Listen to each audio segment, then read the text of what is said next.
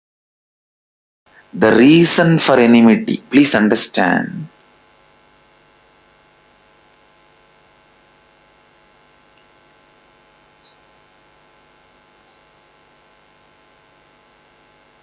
Biggest delusion you need to handle in life is there is something other than you.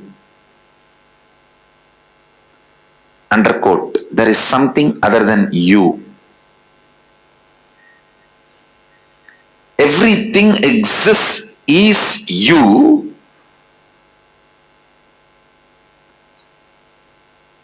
If you feel there is something other than you, that is delusion.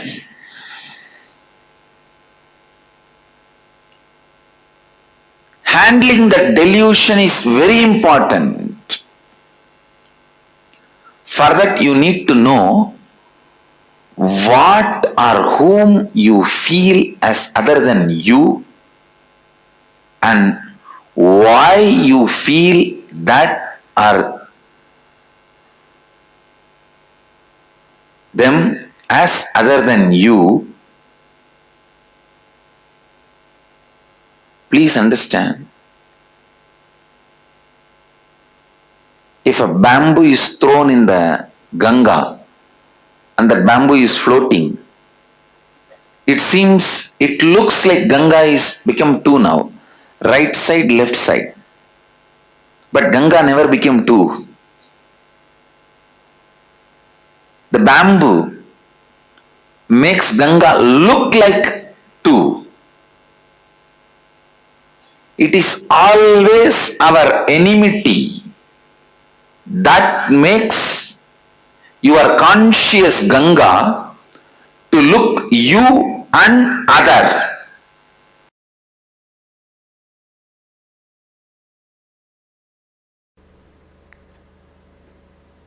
Understand?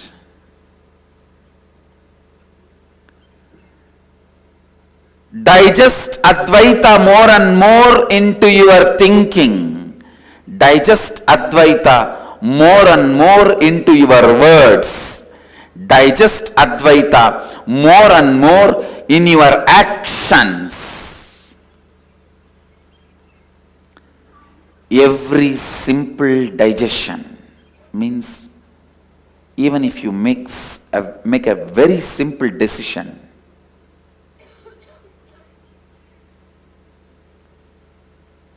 I will not use the word I and mine in my words, in my speak. When I speak in my speech, I'll use only the word we, us. Even this simple decision will go on be reminding you, if you take it from the context of oneness. If you take this simple decision from the context of oneness, even this simple decision will go on be reminding you the Advaita. It will go on be reminding you the Advaita.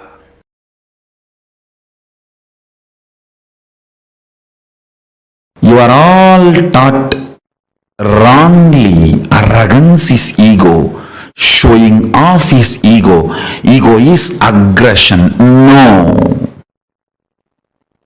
I want all of you to realize, please understand, showing off, aggression, activism is not or cannot be thou hold into the concept of ego. That is not the definition which can solve your problems. I'll tell you from the vision of Paramashiva what is ego precisely. Ego is self-beating mechanism, the stick with which you constantly beat yourself, put you down through your self-doubt, self-hatred, self-denial. Constant SDHD bonding gum is what I call lust, and the frequency with which you use that is ego. Second important thing, the identity I is not the source of mine, but mine is the source of I. This delusion, listen carefully. The truth is, I is not the source of mine, mine is the source of the I. This is the truth. The real I you have, it is from Paramashiva. The I you experience is from mine. But due to the delusion of the lust, you start feeling the mine is from I and constantly legitimize decisions of the mind as the decisions of the I. Please understand. Decisions of the mind, when you associate that as the decisions of I, you have fallen into delusion. For example, some small chemical imbalances in your body, hormonal imbalances in your system, if they decide something, it is decisions of mind, not decisions of I. But you pick those decisions and attribute them to you and start thinking it is decisions of I, then you execute it. That delusion, the decisions of mind getting attributed to decisions of I, decisions of mind becoming part of the decisions of I, decisions of mind due to the lust gets attached and made to feel experience as decisions of I. I tell you, this is the worst shade of the lust. Worst shade of the lust is not the body's attachment or craving for another body or person. The worst shade of the lust is the actions and reactions of the mind being portrayed to you as the actions and reactions of the I due to the extreme attachment, lust between mind and I. Listen carefully. Shanti means able to see the gap between what is the instinct of the I and what is the instinct of the mind. That is Shanti. Able to see inside your inner space. The thoughts generated in you, are they from mind or are they from I? Always the I realizes and releases only powerful cognitions. Always mind realizes and raises only powerless cognitions. It's an eternal law of life. Ability to see the gap is Shanti. Inability to see the gap is Moga.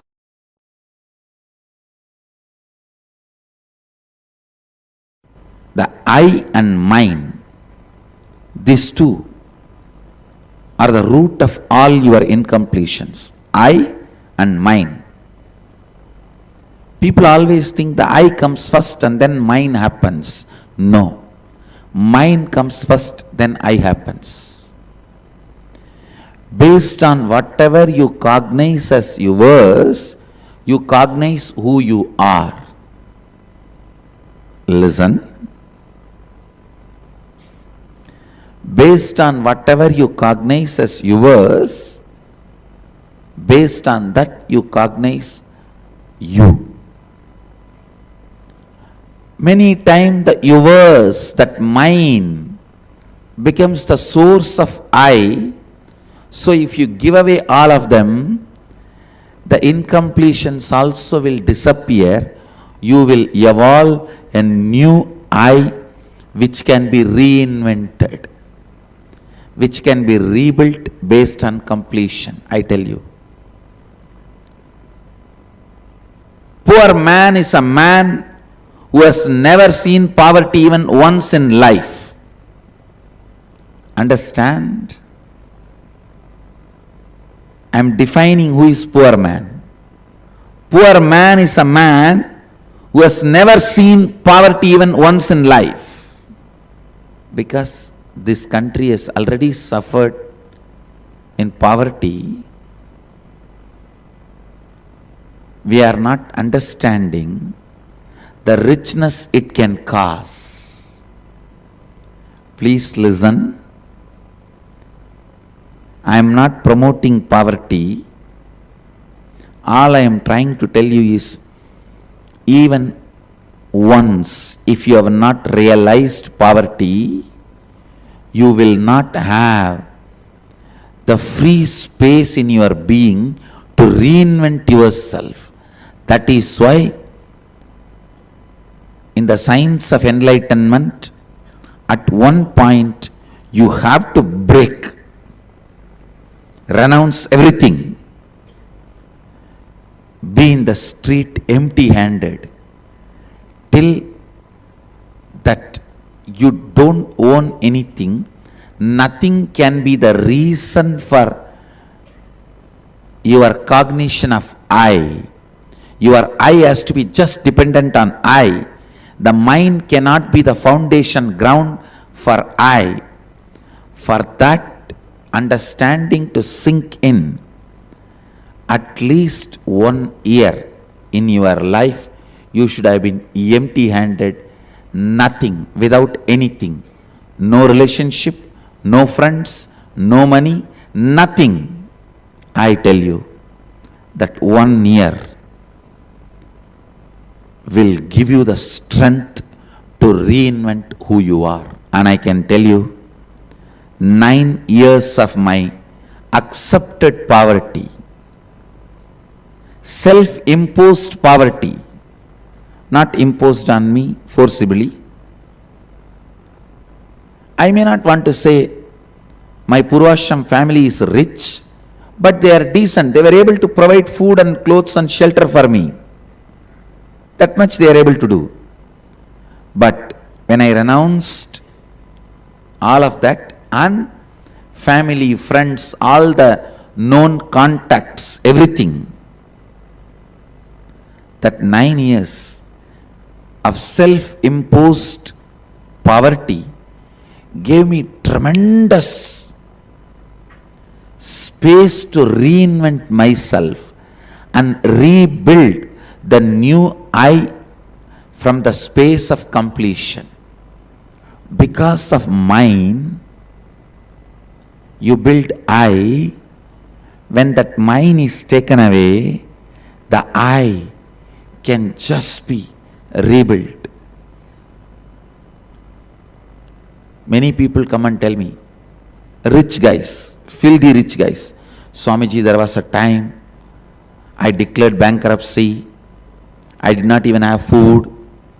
This scene which I am describing will be a typical part of all big rich guys.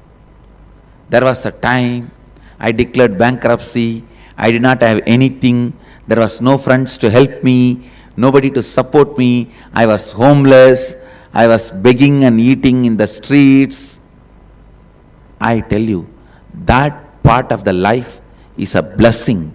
They may not know, but that is the blessing. Because that is the time when mine is taken away, I melts down, all the incompletions disappear. You will have an inner space where you can reinvent and rebuild yourself from the space of completion.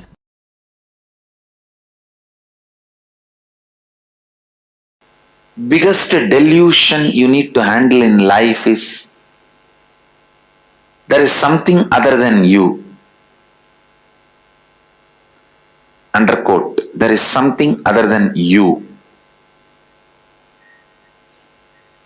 Everything exists is you.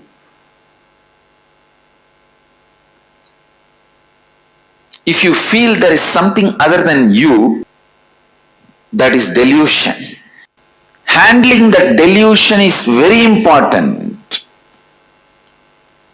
For that, you need to know what or whom you feel as other than you, and why you feel that or them as other than you. Please understand, if a bamboo is thrown in the Ganga and that bamboo is floating, it looks like Ganga is become two now, right side, left side. But Ganga never became two. The bamboo makes Ganga look like two. It is always our enmity that makes your conscious Ganga to look you and other.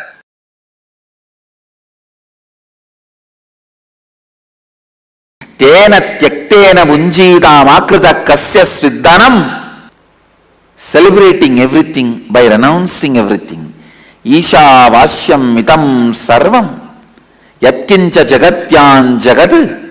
Tena tyaktena bunjidam akrita kasya sviddanam. Kurvanne vega jijivishecha daggum sadaha. Whatever is, by renouncing, celebrate it. By renouncing the idea of I and mine, celebrate whatever is.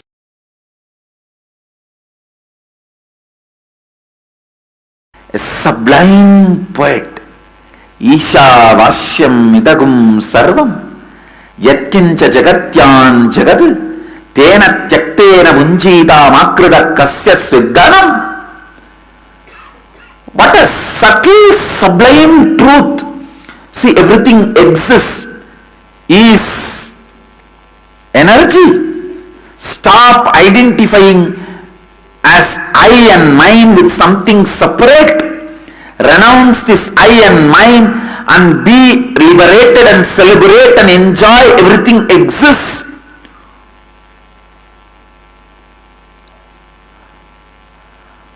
Just remembering this verse, without food and water and sleep, I can spend days together.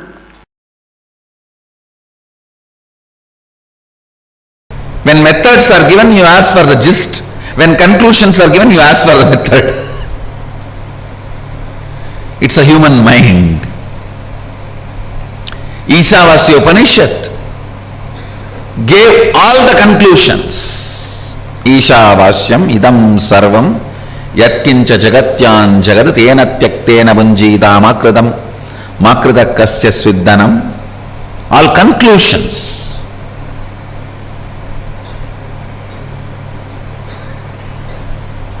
Ishavasyam idam sarvam, the conclusion about the universe, the life image you need to have.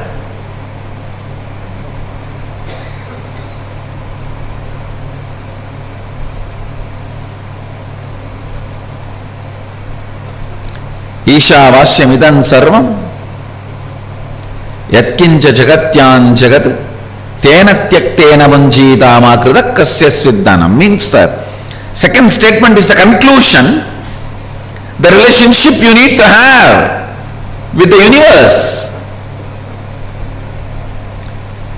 Everything is part of you, be part of it. Not having an individual I and mine, celebrate the whole. The whole Ishavasya Upanishad, if you see, conclusions, that's all. Conclusions.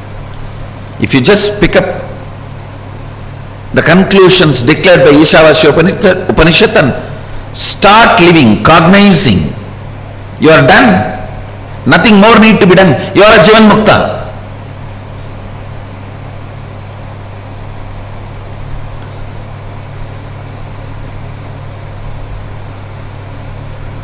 But you don't do it. with that simplicity, in that simple way. You ask for a method. How everything is God. How? Then comes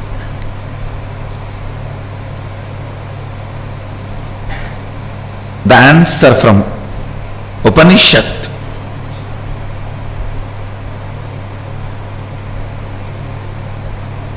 The Kenopanishad. Kenopanishad is a powerful thought current. I should say thought currents, because few more are presented in this. Powerful thought currents. The first thought current presented in Kenopanishad is seeking. Keneshitam patati preshitam manakena prana pratama praiti yuktaha keneshitam vachamimam vadanti chakshushrotram kavu devo yunakti.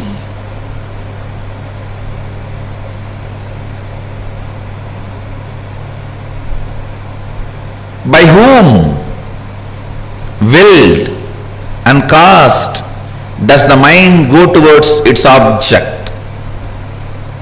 What a question.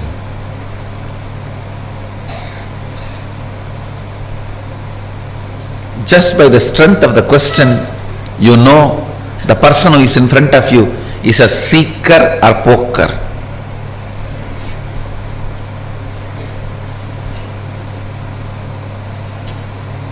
Or just an empty cooker.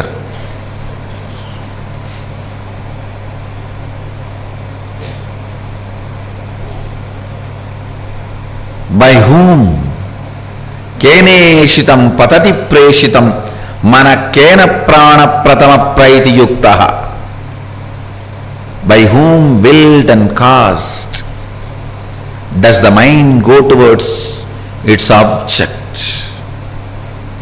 By whom, directed and united with which, does the first vital life energy, the chief cause, comes forth towards its activities?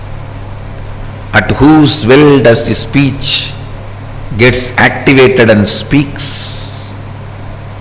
Enlivened and directed by what luminous divine power? Indeed, do the eyes and ears engage in their functions. Understand?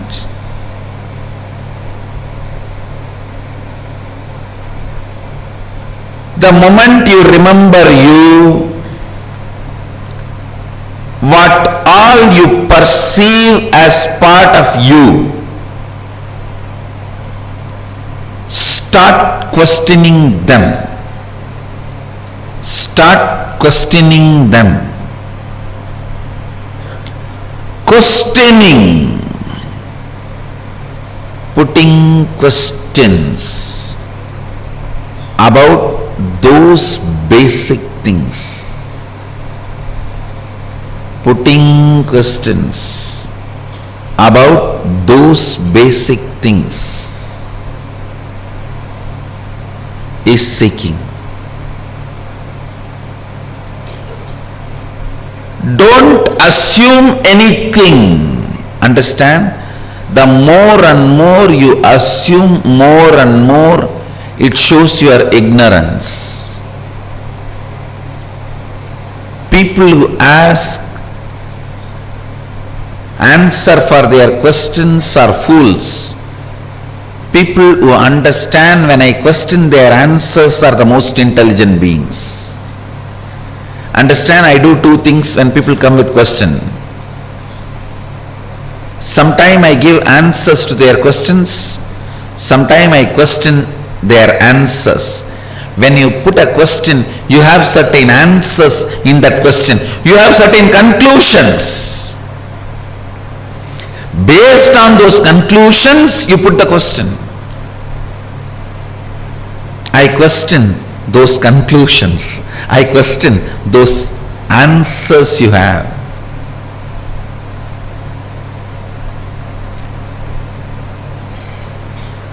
Understand? I am defining seeking. Seeking is having questions without any assumptions as foundation.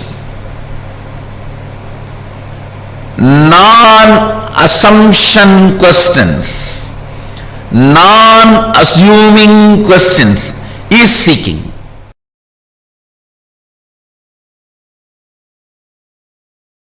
All of us are completely connected in the space of oneness. I am not saying all of us are one. All of us are in the space of oneness. All of us are in the space of oneness. If you see goodness from outside, you are in the space of completion inside. If you see bad things outside, you need to complete inside. Let every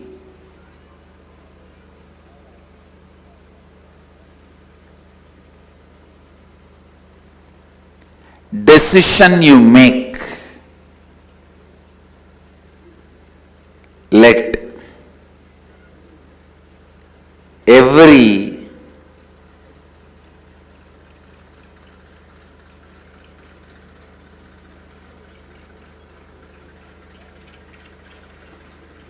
thought you entertain, every word you utter, every action you do,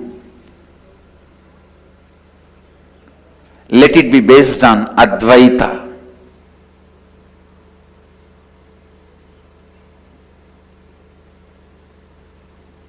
Let it be completely based on Advaita. Understand, living Advaita means your self-drive, your inspiration, your energy, your experience,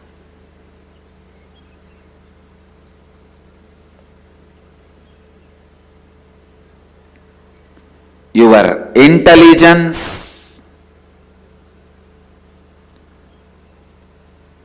everything operates from Advaita, from the truth and fact, sacred secret of the oneness.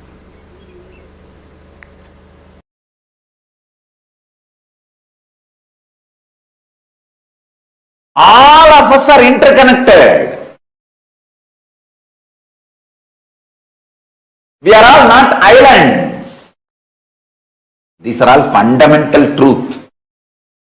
I tell you, when you start unclutching, Kailasa experiences the joy, bliss of your unclutching.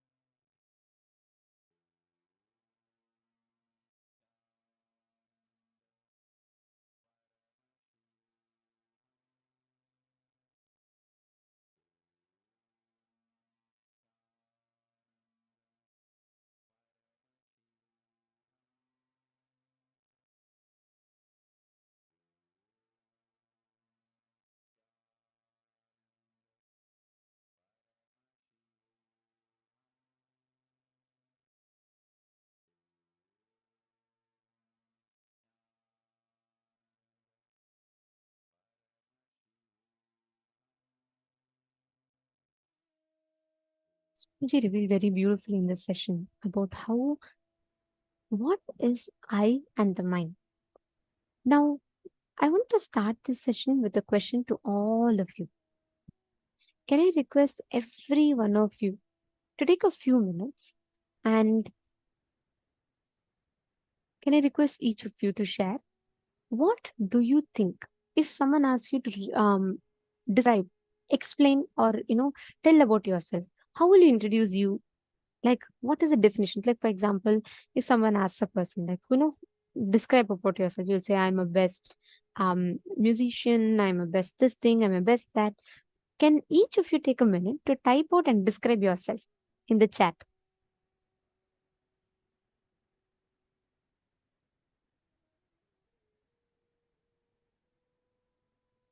Can I request each of you to type out, post in the chat?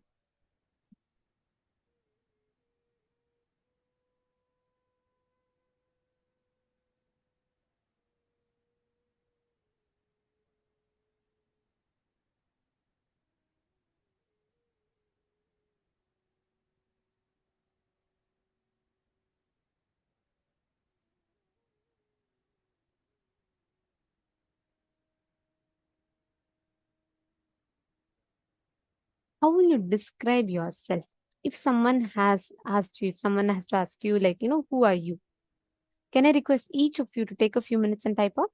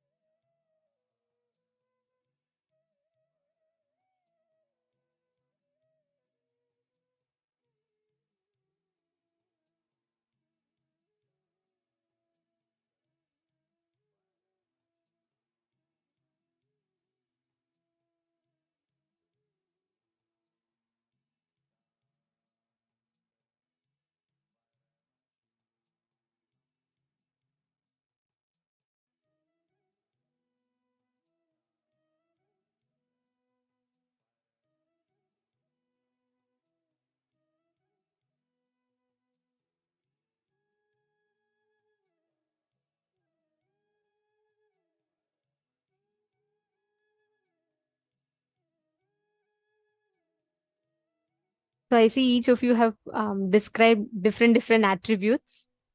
See, the moment we ask, say, the moment someone tells, can you tell me about yourself? Each of us explain about who we are based on our mind, correct? I see each of you have posted um,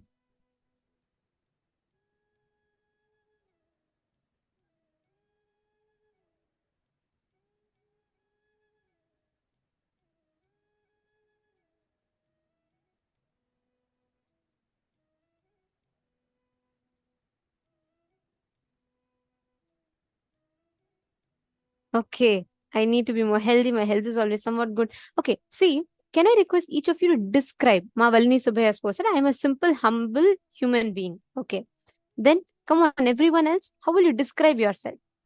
If you have to tell about yourself to someone, right? How will you describe about you?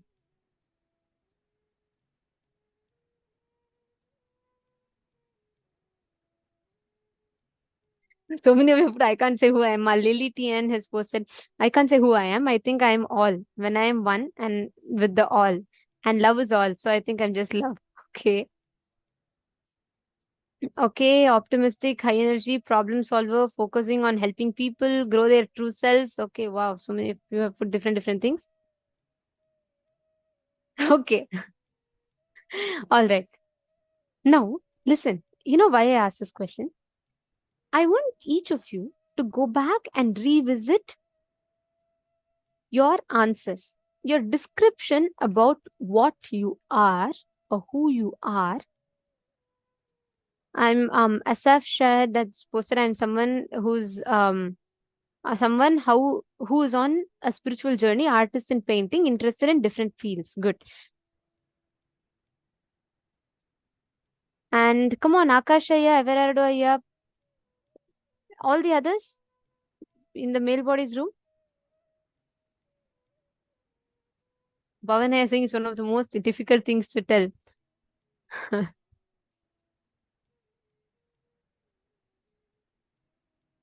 Okay.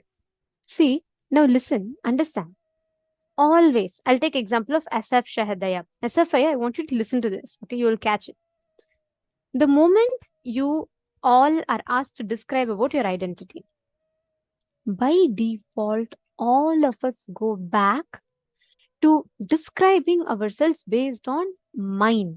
We describe the I, which is the identity, based on mind. For example, I am someone who's on the spiritual journey.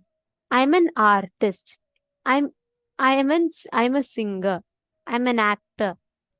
Or I have a lot of wealth because of which I am wealthy. I have a lot of people who tell me I'm humble because of which I'm humble. I have a lot of people who tease me because of which I am kid-like. I'm taking examples from all the different answers that each of you posted. And I am an animal lover because I spend a lot of time with animals. Your definition about yourself always is based on the mind. As long as today you all have wealth, okay? Let's say today I have $10 million in my bank account. So I can say I'm rich. Tomorrow it will go. Then my definition of me will become poor. Understand? As long as you define your I based on the mind, your I is unstable. It is on a slippery rock. It is not on a clear, solid surface. Your I is on a slippery rock, which means what will happen? Every time there is dilly-dallying, every time there is confusion, every time there is so much of back and forth. So even you are completely unstable about what is happening in your inner space. Your definition of I, the identity that you carry, keeps changing. Today, you have a good spouse, and let's say you get a lot of love. You'll feel like, I am loved. I'm very cared for and I'm very cherished. The same thing, let's say you have a breakup and someone leaves you and goes. You will feel, I am left out. Nobody loves me. Our definition of I is established on the mind, which is temporary, which is ephemeral. Only when your I is established on the eternal qualities, you manifest Paramashiva. Understand, you can never define yourself based on mind. Every one of you. How many of you are understanding that each of your definition is based on your mind? Because I spend time with nature, I am a nature lover. Because I spend time with people and people praise me, people tell I'm beautiful, I feel I'm beautiful. Because I have a lot of wealth, I am wealthy. How many of you are noticing your definition, even if you have put, okay, I'm kid like, because people tease you, because people behave certain way to you, you feel you're a kid like, you're very fun and loving to be around with. How many of you are catching that?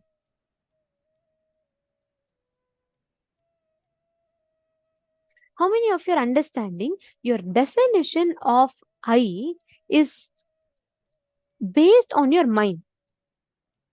Okay, got it. Ma Vinita is posting, Ma Jessica is posting. How about the others? How many of you are catching it? Just all of you go back and read your definitions. You will exactly catch this. Your description of you, what you are, because you derive it based on the external world. Correct. Manitya Kalyana Sundari, you're saying, yes, definition of mine is always depending on the external world. Correct. The problem is not your definition of mine. You will have my wealth, my properties, my talents, my people. Based on all of these mine, see, the mine being there is not the problem, but the problem is you forget the boundary between the mine and the I. Over a certain period, your mind starts influencing the I, which is where the biggest blind spot starts. The moment you start defining yourself based on the certificates others give you, you are on a slippery rock, which means you're going to slip and fall. What do? You always say, okay, let people explain. Let people, you get a certificate. You're a good mother. Why you're a good mother? Why do you feel you're a good mother? Because my children love me. Because my family enjoys. Because many people have given me that certificate. So you've collected all those certificates and you keep it as, okay, this is what is me. Now, because you're earning wealth, because you're able to spend, because you're able to buy luxury brand items, you define yourself as rich. Based on your mind, based on what you are doing, you define the I. The problem starts there. How many of you are catching it? Put yes in the chat. How many of you are understanding it? See, even Ma Donna or Ma Vinuta, the context from which you felt you don't like that question is because of the lack of clarity in your mind. It is not from, see, there are two things. The definition of your mind should be based on the I, not your I should be based on the mind. Because I am Paramashiva, I am wealthy. Because I am Paramashiva, I am talented. Because I am Paramashiva, I am powerful. When your definition of the mind changes based on the I, just catch this. You will never ever fall into depression if you know this one secret. You know why? Because something that is given from outside can be taken away from you. Is it not? If today, let's say, if I am telling Ma Fatima Dehestani, I'm just taking an example because I see your message. You have put like, I'm very kind. I help people. Just look in. Where is the definition of kindness comes from? Right? If you notice, because you recollect, you have a few incidents where you go, you have, I know, you used to share on Facebook how you go to malls and you pick up baskets and you keep gift from Swamiji for people and anyone could take from it. That act that you do, see, it's not right or wrong. Understand this. It's not about right or wrong. But because you do that, you're defining yourself as kind based on that act. It should be the other way around. It should be, I am Swamiji. Because of that overflowing love in me, that act is happening. Then what will happen, even if you're not able to do that action, your love, your definition of compassion within you will not be shaken. this one science will make us all so confident, so powerful. I was like, oh my God. See, for example, let's say you give the definition, I am intelligent. Okay. That I am intelligent, many times suddenly you do a mistake, you fail in an exam. Kids commit suicide because they fail in exam. Why? Because the moment their marks go down, their mind is shaken, their eye gets shaken. So they're shocked. So they feel, oh my God, they feel their whole identity is shaken and taken away from them. That is why they all commit suicides. Just this one secret will make you so confident about who you are.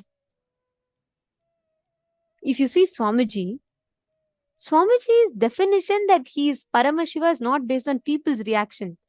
Swamiji will always tell, just because you're doing lawfare, just because countries say against him, he does not change his existence as Paramashiva. Because Swamiji's definition for life is not that because though so many people worship me, I'm Paramashiva. No. Because Swamiji is Paramashiva, he manifests as Paramashiva. The whole world is attracted and the whole world just draws towards the avatar, and everyone feels so. When we see Swamiji, what do we feel? We feel, oh my God, God has come down. Why? Swamiji doesn't go and put the board everywhere saying, I am God, worship me, worship me. No. His definition is not based of himself, is not based on what people tell. Because Swamiji just sits. I've always noticed this. Even just when Swamiji sits, right? When people come and see, they'll just automatically, their hands will fold. They'll say, Swamiji, oh my God. Even let's say, even people who've never heard about Hinduism, who have no idea about all that, even for them, automatically their hands will be like, oh my God, Swamiji. Why? The moment the definition of Swamiji's I is not based on his mind. Nithya Kalyana Sundari is posting, so true. Finally, I know how to use this method of distinguishing mine and I. Great science indeed. If you just catch it, if you just understand this, nobody will ever be able to shake you. How many of you have incidents where your identity about you got shaken because of some incident? Like, let's say your whole life you built on the idea that you are a very helpful person. But suddenly someone makes a comment, you're the most not at all helpful person. All these years, what you did was just a drama. How many of you have experienced such situations like that? That moment you hear that comment, you will feel like your whole identity is just collapsed. You all have had these incidents? Let's say, for example, you feel you're the most luckiest person. You have the best husband in the world. But suddenly you find out that your husband or your spouse was cheating on you, because of which you feel your whole identity is collapsed. How many times you have experienced your identity collapse because of a situation outside? Yes, have you all experienced? Why? Because you defined yourself based on the situation. Vinuta Nagraj is posting, I always thought I'm a people's person until I took customer facing job. I was surprised I hated interacting with people. Exactly. You just caught the thread. Because we all carry unstable definitions of who we are based on people's certificates. Someone gives you the certificate, you're beautiful. So you feel, oh God, look, I'm beautiful. Someone gives you the certificate, you're humble. You feel like, oh, I'm humble. So what do? Instead of actually exploring, experiencing inside you, you try to go on convincing people outside you. Many times, just so that you don't look bad, you try to put up a different face, right? Have you all seen? Inside you, you don't want that person to come. But just because you see, you will say, inside you will be like, why did he even come? I was not even ready for that. But outside you'll say, oh my God, I was just waiting for you to come. Thank you so much. Right? Why do we start that hypocrisy? Because the definition of our I and mind are always in conflict. Always we do this role reversal. We define the mind based on the, we define the I based on the mind. If we catch this, look back in your life. If you understand this one thing, right? Now consciously start changing the definition. Just start saying, Just because I am Swamiji. Because I am Swamiji, I can never be powerless. Because I am Swamiji, I am caring. Because I am Swamiji, I am loving. Then what will happen? Even if someone tells, oh, you're the most unloving person in this world. Will Swamiji, because you're Swamiji, can you be unloving? No. Your definition about you will not change. You will only try to see, oh, what in the other person made them feel that I'm unloving. But your confidence about you, the foundation on which you have built, is not of other certificates, it is of your own experience.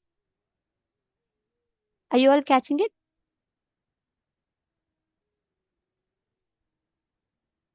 Now, I request every one of you, go back, start consciously looking in. What exactly is your definition of you? What are you defining as you? Is that based on your mind? Is that based on your I? Are you defining the I based on your mind?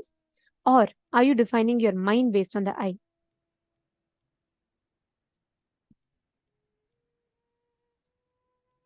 See, our ego is always self-beating mechanism. The stick with which you constantly beat yourself, put yourself down through your self-doubt, self-hatred, and self-denial. The I and mind, these two are the root of all your incompletions. All your incompletions, the root is this. The moment you understand, when the mind happens, see, the I comes first and then mind happens. No, that is not true. Mind comes first and then the I happens. From our young age, we say, my family, my mother, my father, based on which you slowly start building the identity about you. It is based on that slowly you start building your identity about who you are, what you are. Now, go back, see what do you define as you? From the moment you remember you, all the perceptions you've carried about you. See, many of you put, I'm like this, I'm like that, but these are all too short. These are all just based on today, yesterday. No, go back to your life. From the fundamental, list down all the definitions of you that you carry. I request every one of you to do this exercise.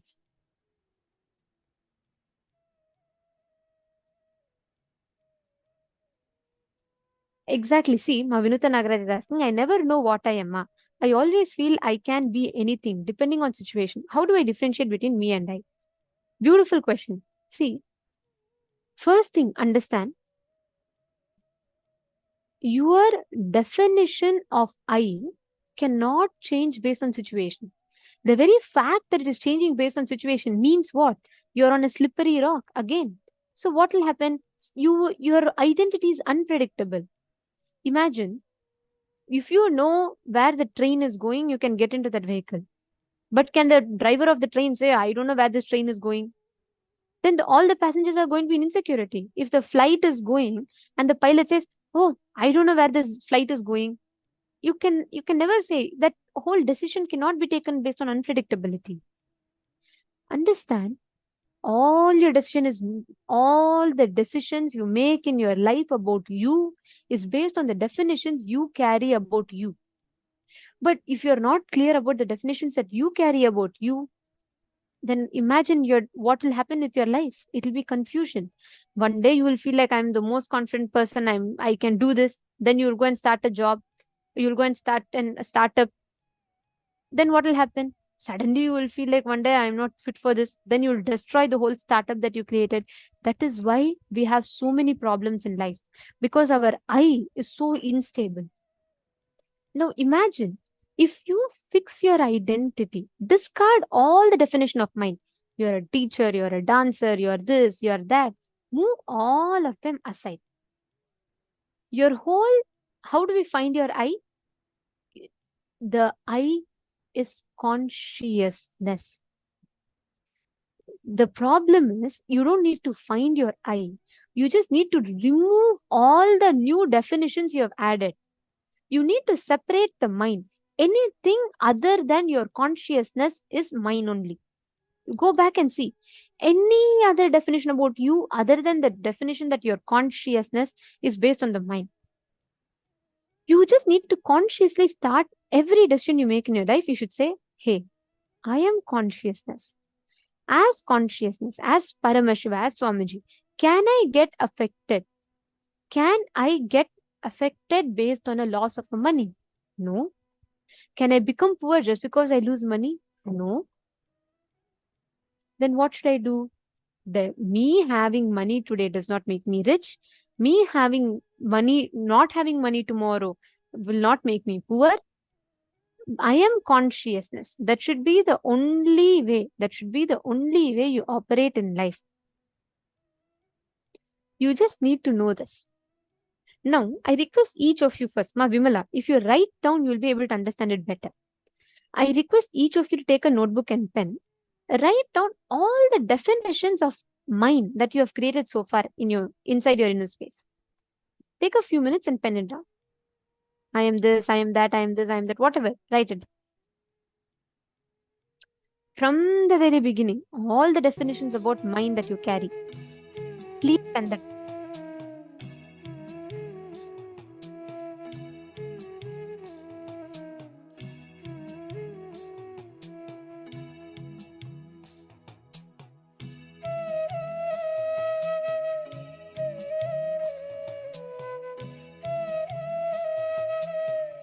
Can I request each of you to please write down?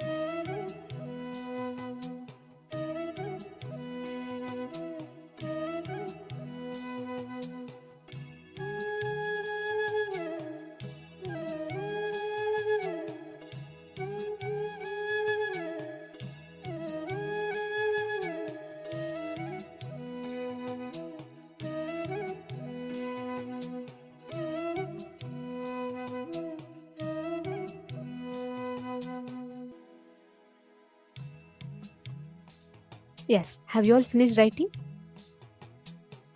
Actually, this one exercise, just doing this one exercise and understanding the difference between the I and the mine and all of that, it will completely change. It will make you completely like a different personality. It will make you a confident being from your inner space. Okay, wonderful. Now, let's all enter into the power manifestation session. Okay, you all understood? Lily Tian. Ma Lily Tian, where are you from?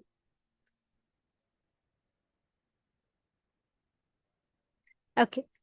What is consciousness? Ma Nitya. Sorry, just can't see your name. Manitya Purushananda is asking, what is consciousness? Something which cannot be defined. Anything which you define with becomes an attribute of it is consciousness. If you ask me what's an elephant, if I tell elephant is an animal with big ears, is that an elephant? No, it's an attribute of an elephant. If I tell elephant is a strong animal, is that an elephant? No, that's an attribute of an elephant, correct? Consciousness is that. Mananda Mahapurna, you want some more time. Oh, maybe you can continue writing, but since it's already enough time was given, I'm going to be moving ahead so that we all don't lag back on the syllabus. But you can take some more time and you sit and spend writing. It's a very powerful exercise, so good to do. But you can continue with further. So, Ma Purushananda, the eternal part of you, consciousness is nothing but Paramashiva. Consciousness is the ultimate divine, which is you, which is me, which is all of us. The unit principle based on which the whole universe is made of. Let's say, for example, I take clay. I make Ganesha with clay. I make a doll with clay. I make Barbie doll with clay. I make palace with clay. I make temple with clay. I make a terrace with clay. I can make any of this sculptures. But whatever said and done, people might go and worship the temple, people might play with the Barbie doll, people might hate the terrorists. But whatever said and done, the fact that everything is made of the same clay does not change. The problem is the moment that if the terrorist starts thinking he is not the clay, he has independent intelligence, he is by himself, and he starts acting violently. That is a story of all of us. So consciousness is our true nature. Identifying it is our purpose. Okay, now I'm going to ask all of you. Can I ask each of you to connect to one partner for manifesting this power? Come on, can I request each of you to do this? Can you all connect within the Zoom chat itself? Please connect. Ma Ananda Mahapurna, Ma Irene, Ma Janani Ramaswamy, Ma Bovati Ramarup, Nithyanandam, Ma Virupaksha. Can I request each of you to connect to a partner in the chat? Ma Purushananda, Ma Diana Spillav. Ma Diana Spillav, you and Ma Purushananda can connect.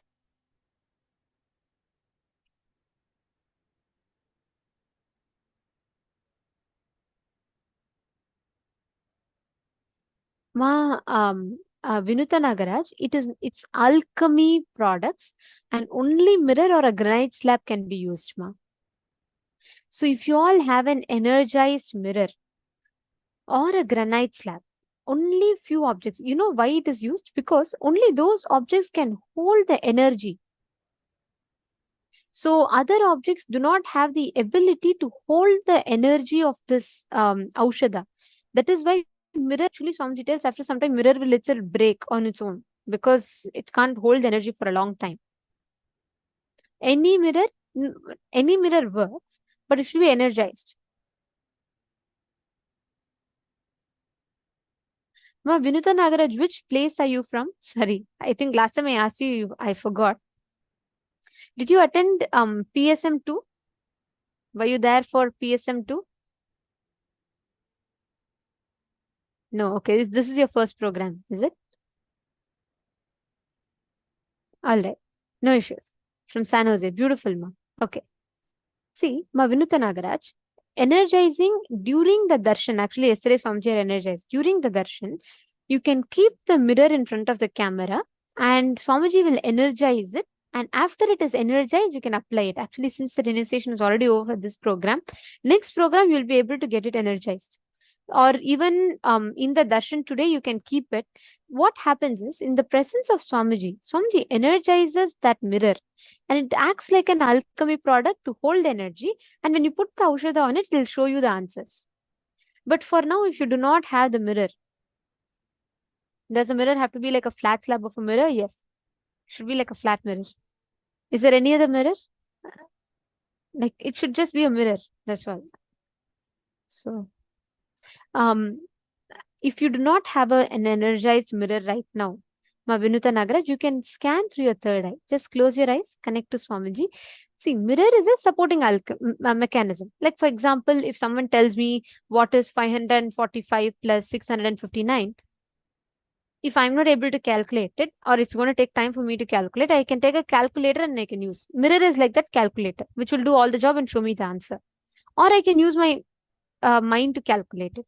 So now you can use the third eye to see it. Mirror is only like another extra, let's say, accessory for manifesting power. Come on, can I request everyone to connect to a partner? Mahabhairava Jnani Jnana Swarupini is asking for a partner. Can each of you please connect? I'm going to be explaining to you all what exactly you're going to be doing in this round. Come on, Ma Mahajada Shaktika, Ma Nitya Naresha, Ma Saroja Plush. Come on. You should be manifesting powers. Nithyananda, you should be manifesting powers sincerely. Sit, all of you sit and please connect to a partner.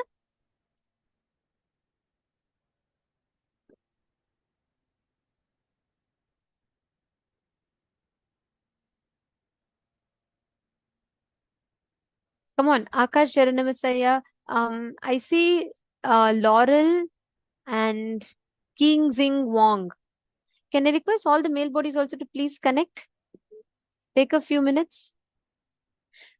Kulbhushan Tomaraya and Lauren L. Lauren L. Nithyanandam Sanjay Oriyaya. Could you all please connect with a partner here?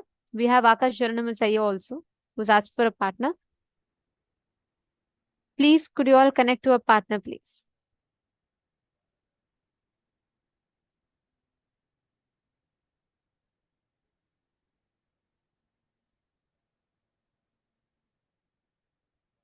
Okay, Lauren L is connecting. Thank you so much, Aya. And Pavanaya, and here I see Asaf Shad Aya. Could you both connect with each other and manifest? And Pavanaya, it's very nice to see you actually sit through your night every day and you're connecting, manifesting powers, and you're attending the session, which is very nice to see. Asaf Shadaya, maybe you and Pavan Kumaraya can connect with each other. Wong Ken Aya, Wong Ken. Okay, in the Asaf Shadaya is asking how you can connect. In the chat itself, you both can post. I'll tell exactly what to manifest. I want all of you to first connect to a partner so that you're all not missing the power manifestation. Listen to this very carefully, okay? What you're going to be doing is, now, your partner is going to be giving you any one object, okay? And you're going to be scanning and describing that object. It could be anything. Like, for example, let's say Pavanaya is asking you, it should be a very particular place or an object. Like, for example, Pavanaya can ask you, Asaf Shadaya, like he can ask you, okay, where has he kept his puja kit? You can describe the whole place in detail. You're going to scan, identify, and describe. This it should be done with a mirror. If you have an energized mirror, if not, do not worry, you can do it just with your eyes closed. The slide will actually have instructions for the mirror, but if you do not have the mirror, it is okay, it is perfectly okay. You can just close your eyes and scan. Are all of you clear? Nithyanandam, Pavanaya, if you're there, could you please respond to Asaf Shadaya in the chat? Or Sunil Yadavaya and others in this room, please can I request you all to come on the chat and connect to a partner? Keegzin Wong. Kigzin Wongaya, are you there? You can, yes, you and Junji Wong can connect. Kigzin Wong and Junji Wong. You both can connect with each other and manifest. Just post in the Zoom chat and both of you can connect with your partner on the Zoom chat and manifest with them. Let us all start. Please connect to the partner and intensely start manifesting.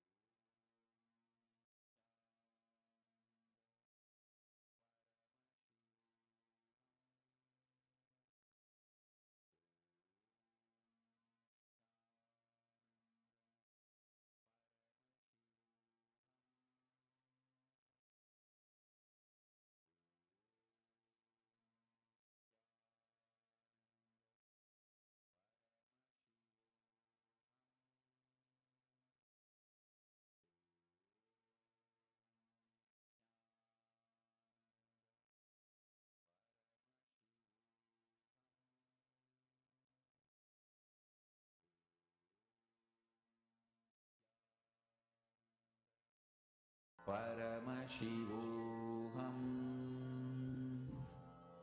Om Nithyananda Paramashivoham.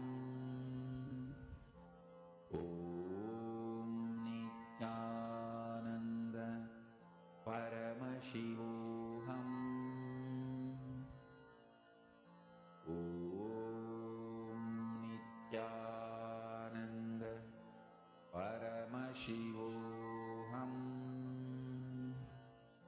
Om Nithyananda Paramashivoham. Om Nithyananda Paramashivoham. Om Nithyananda Paramashivoham. Om Nithyananda Paramashivoham. Om Nithyananda Paramashivoham. Om Nithyananda Paramashivoham. Om Nithyananda Paramashivoham. Om Nithyananda Paramashivoham. Om Nithyananda Paramashivoham. Om Nithyananda Paramashivoham. Om Nithyananda Paramashivoham. Om Nithyananda Relax. Paramashivoham. All of you can relax. Now, we are going to be entering into the next session where we understand about how we can manifest superpowers with our conscious choice. We all learned about I and mind. Now we are going to be entering into a very important session where we are going to be learning about the science of power manifestation.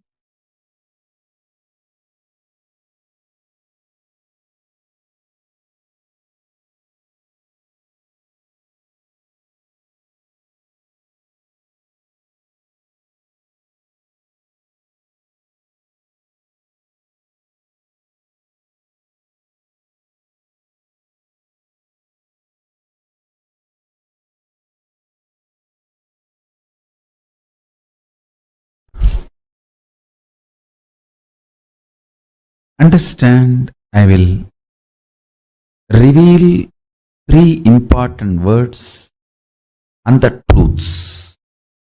First word, natural selection. Second word, artificial selection. Third word, conscious selection.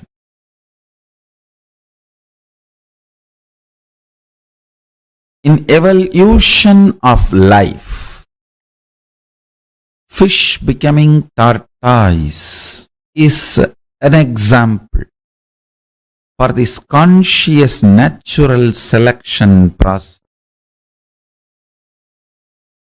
Second, conscious artificial selection. Example for this is human beings breeding various types of dogs, various breeds and varieties of dogs. First,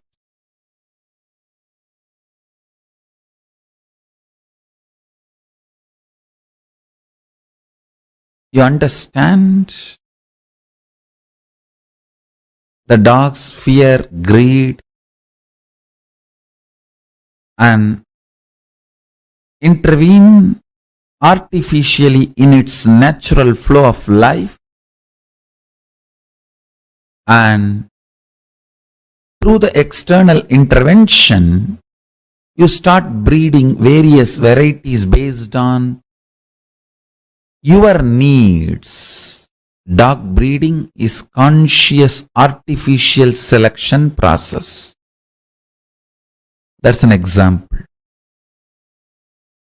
Third, beyond these two, something called conscious selection process. You, human being, consciously choosing consciousness as the foundation of your very existence and liberating yourself, enlightening yourself. Moksha and Jivan Mukti, becoming the reality of your existence, is conscious selection process. Avatars happen for this vision. Listen carefully. For your DNA to choose consciousness and will persistence as a way for evolution, to do the conscious selection, your DNA need to be introduced to its higher possibility. If your DNA decides to do conscious selection and decides to evolve its DNA through the mutation, through will persistence, where it is going to land, what it is going to achieve, your DNA need to be told about the end result. That is why an incarnation happens to inspire your DNA to go through the conscious selection process. Understand? I wanted to tell you one more thing. Don't even expect lubrication. The 3 levels of evolution. Understand? Every day your lifestyle directly affects not just your muscle memory and biomemory, your very DNA. Every night the way you sleep, the quality of sleep directly affects your DNA.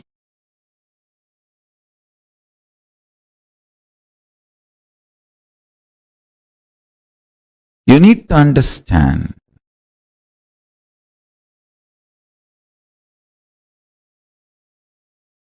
consciously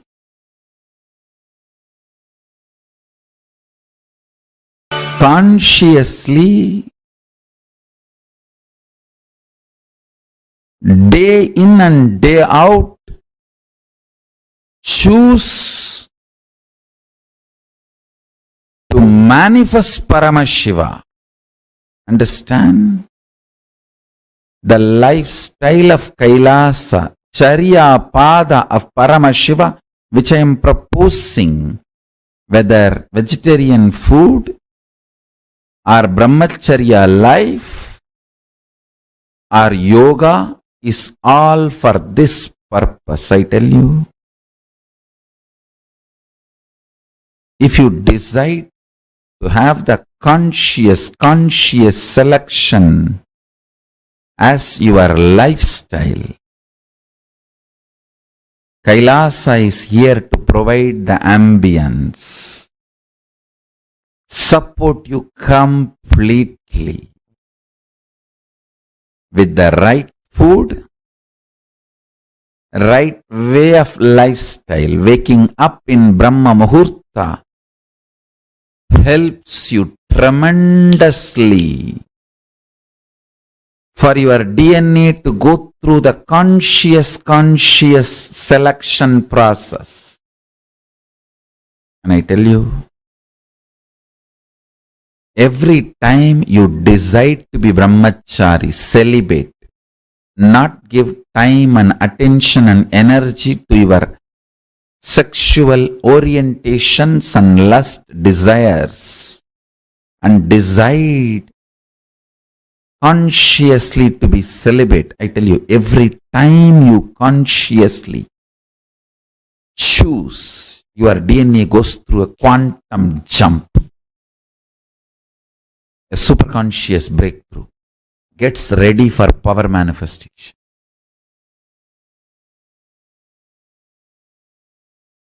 Especially with this powerful cognition, with this understanding, if you choose, I am choosing now brahmacharya, celibacy, because I want my DNA to have a conscious selection process and go towards Paramashivatva, Paramashiva.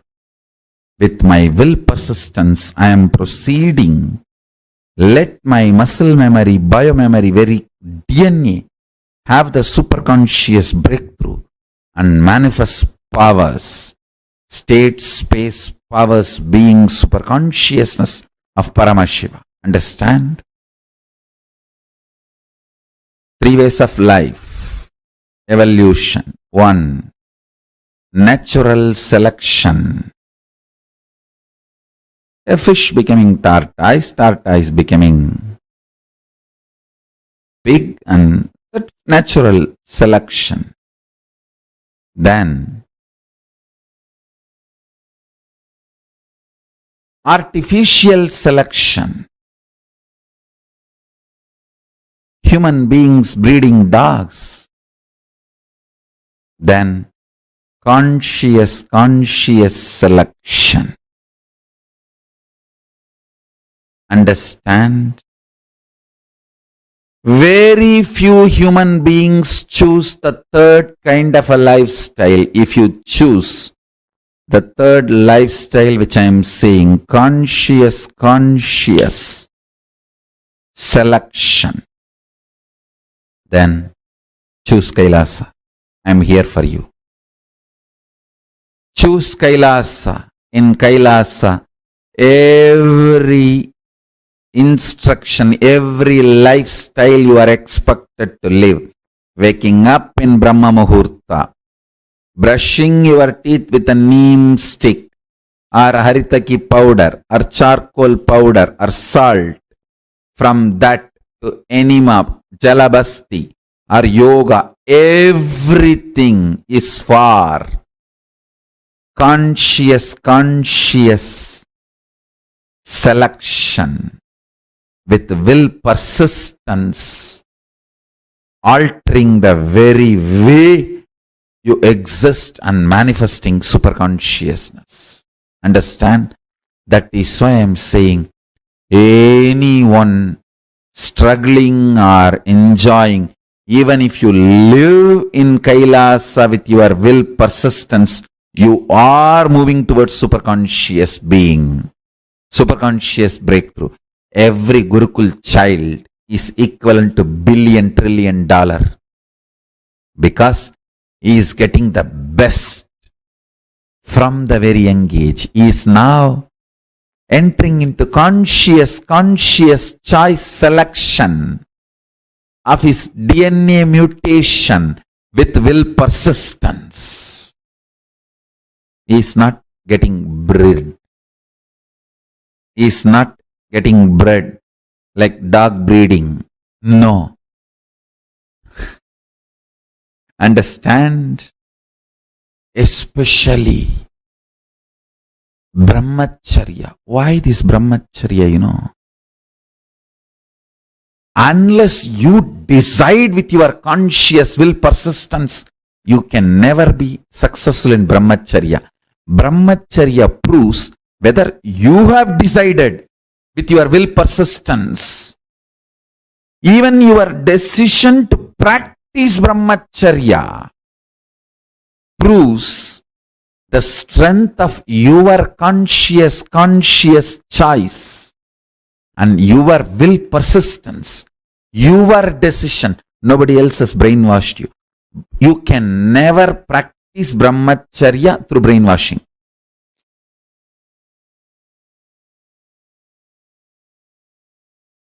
Can leaders be created? Are they born? Listen, both. Let me define leader. Leader is a person who can manifest his conscious decision with the will persistence and manifest it as reality in the real life by giving a conscious breakthrough to his own DNA through quantum leap from the normal natural selection process and lead his life is a leader. Let me repeat. Your DNA goes through a natural selection process called growth. Leader is a person who can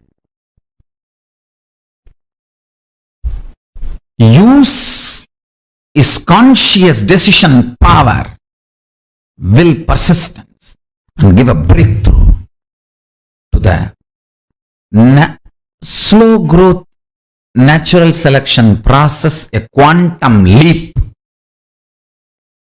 manifest what he wants as a reality in his life. Is a leader.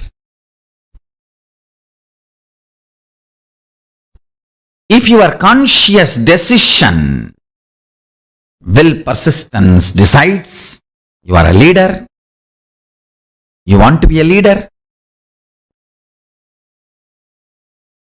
you are going to manifest. What do you want?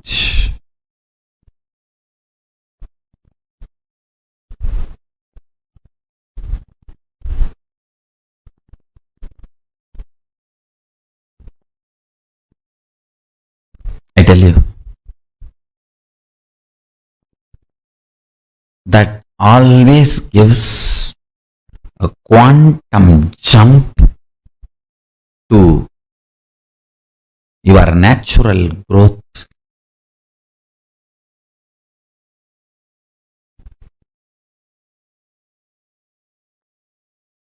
Natural selection process. I really want all of you to understand. I really want all of you to understand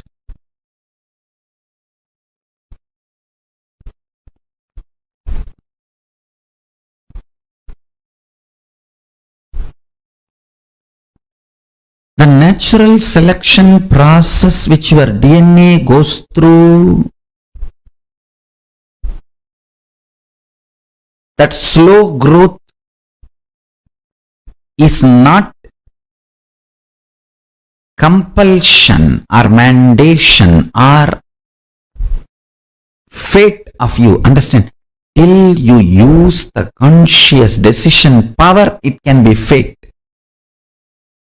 Once you decide to use the conscious decision power, you can just alter, change, delete, rewrite anything you want. Anything you want.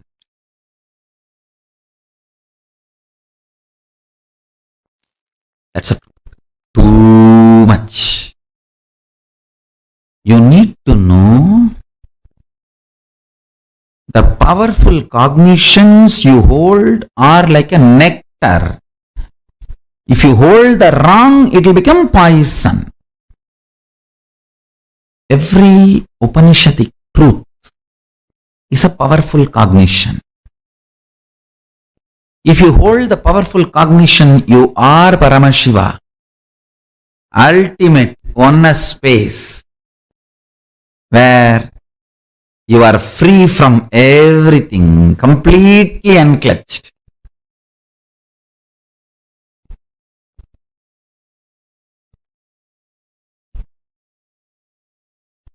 Manifesting Mahatattva, Mahatattva, manifesting macrocosm. Universe comes out of you, lives in you, relaxes in you. Universe comes out of you, rests in you, relaxes in you. Hold the truth. Hold the truth of enlightenment. Hold the truth of enlightenment. Hold the experience of powerful cognitions in your being.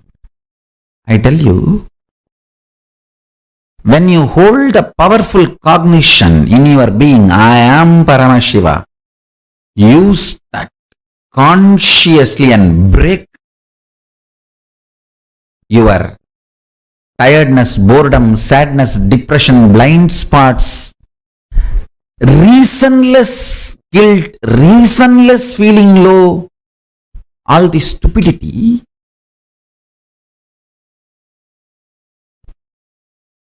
Leaders are born sometime, made many times. Your conscious breakthrough capability is powerful enough to have the life you wanted manifested in you. It is capable of giving a superconscious breakthrough.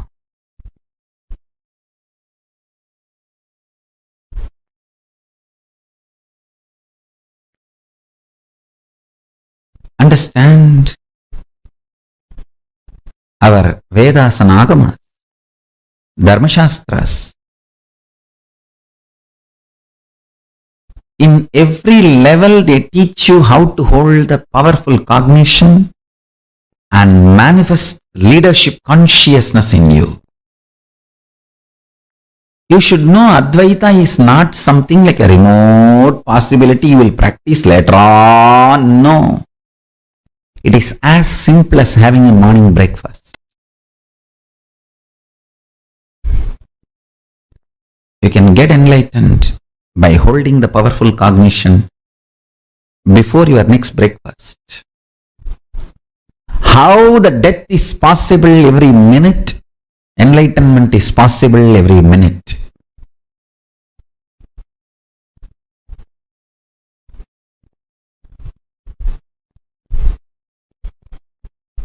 Enlightenment is the purpose of life, and listen carefully.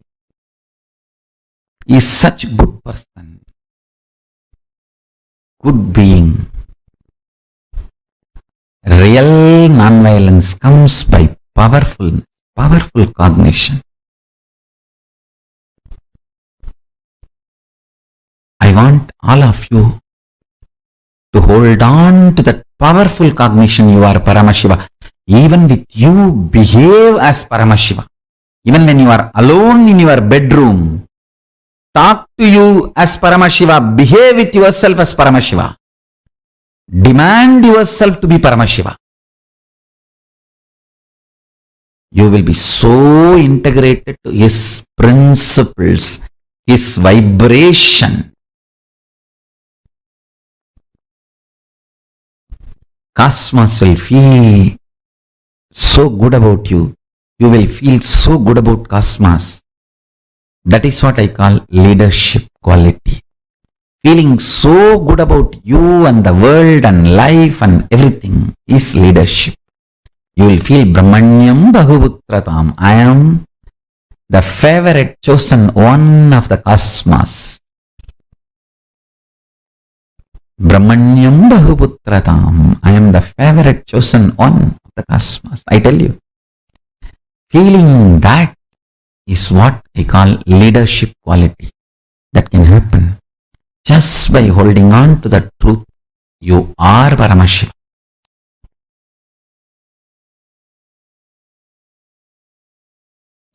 Actually, the way I was manifesting powers, we got little stuck. Why,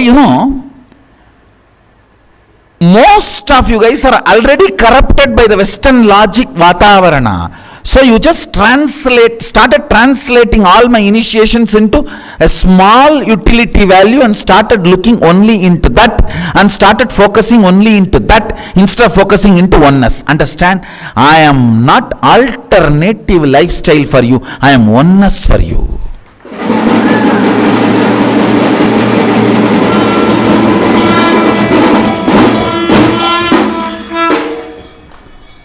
When the power manifestors, whether balasans or adults, have started looking at a small narrow view and started perceiving me as an alternative lifestyle, you stopped looking at the source, and power manifestation has stopped with the one or two manifestations which has happened.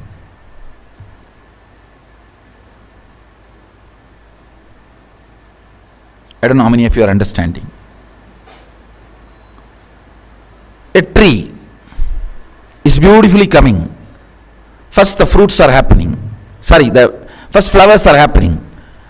You eat few flowers, so tasty, and you pluck all the flowers. How will the fruit come? So when I initiate you into length, your ability to solve all the logic questions is one flower. But you are so glamored about the flower,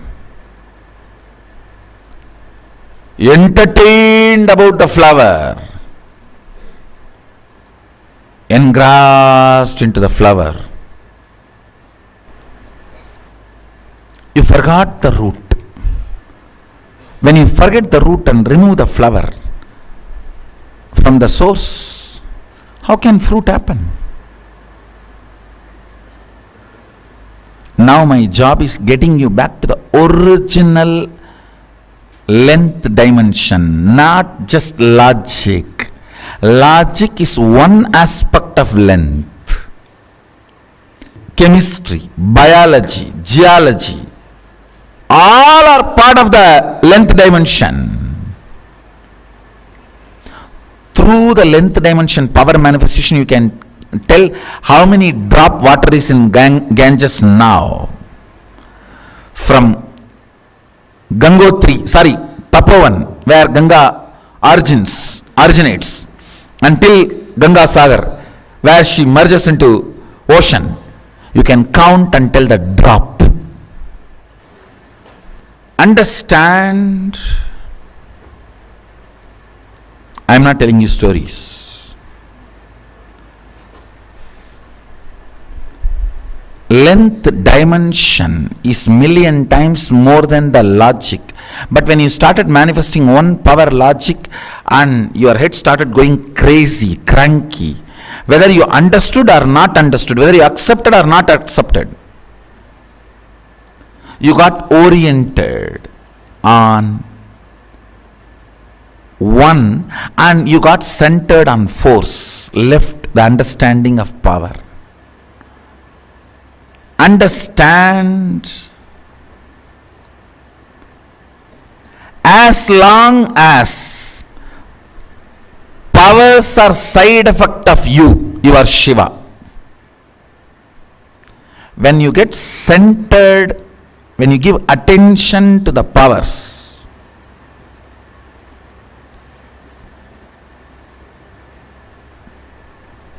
gone. Then they get converted into force. All struggle is when you put your focus on the force. I think power manifestors should know now. This is one of the important click.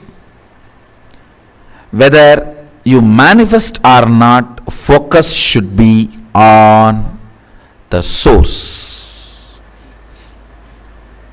More and more on oneness, more and more on rotation, swapradakshina.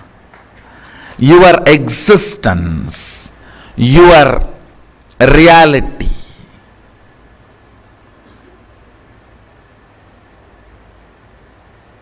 It should be on this, then this will automatically happen. If you have sincerely tried to manifest powers, you will know the problem about which I am talking. And you should crack this code today. You will see power manifestation happening.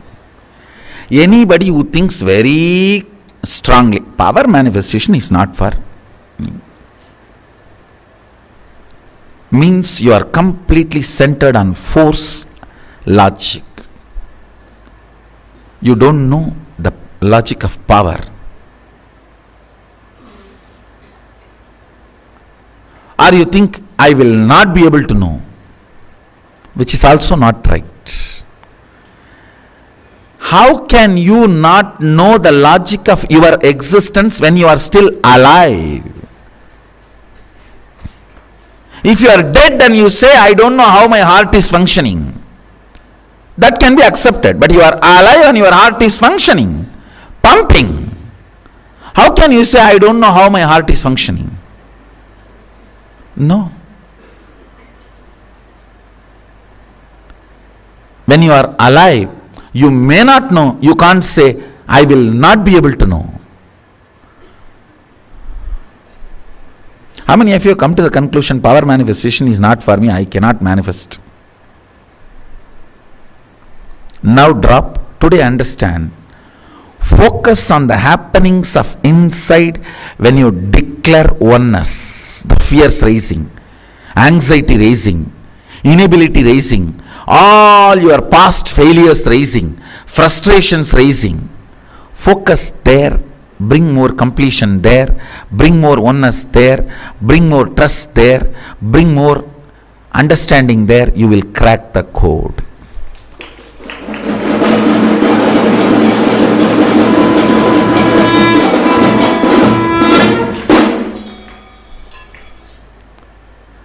Crack the code.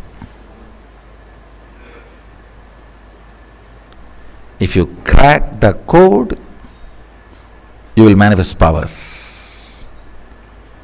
The difference between Siddhi and Shakti. Siddhi is force, Shakti is power.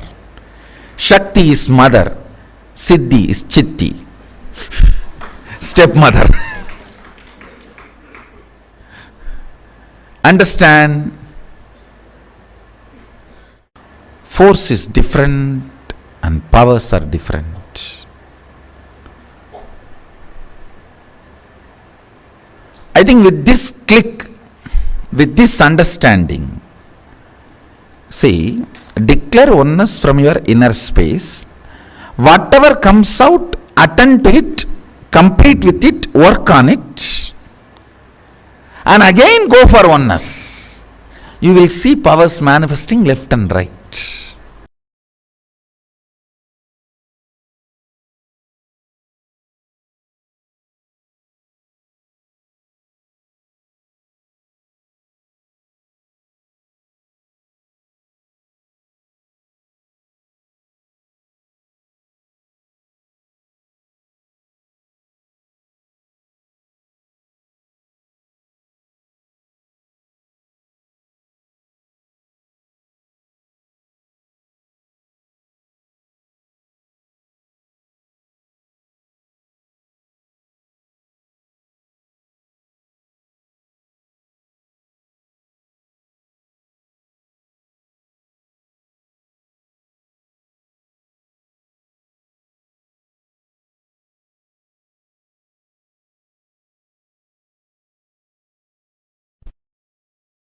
Leaders are born sometime, made many times.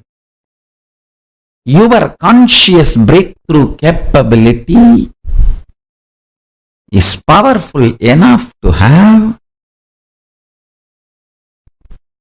the life you wanted manifested in you. It is capable of giving a superconscious breakthrough.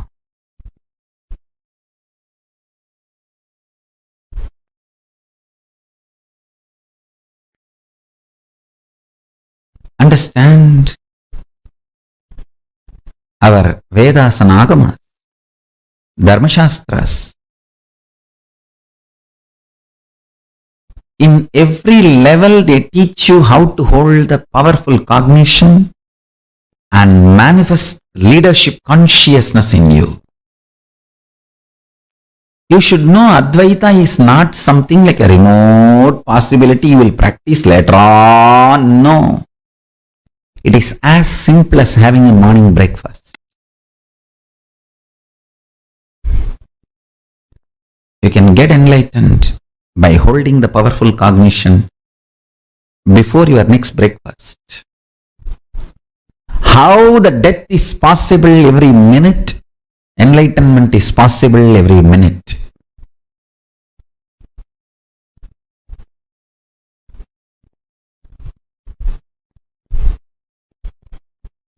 Enlightenment is the purpose of life, and listen carefully. He is such a good person, good being. Real non-violence comes by powerful cognition. I want all of you to hold on to that powerful cognition. You are Paramashiva. Even with you, behave as Paramashiva. Even when you are alone in your bedroom, talk to you as Paramashiva. Behave with yourself as Paramashiva. Demand yourself to be Paramashiva. You will be so integrated to His principles, His vibration. Cosmos will feel so good about you. You will feel so good about cosmos. That is what I call leadership quality. Feeling so good about you and the world and life and everything is leadership. You will feel Brahmanyam Bahuputratam. I am the favorite chosen one of the cosmos. Brahmanyam Bahuputratam. I am the favorite chosen one of the cosmos. I tell you. Feeling that is what I call leadership quality. That can happen just by holding on to the truth. You are Paramashiva.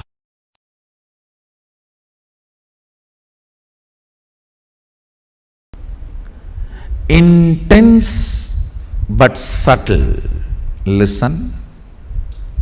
Strength of your breathing is your life. Strength of your breathing is your energy. Strength of your breathing is your consciousness.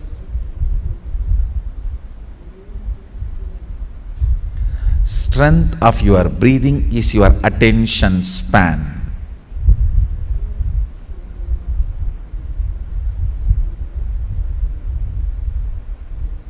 All these kriyas make your breathing intense but subtle.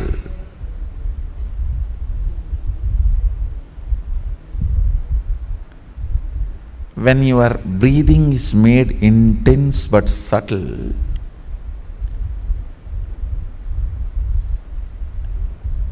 it electrifies various components of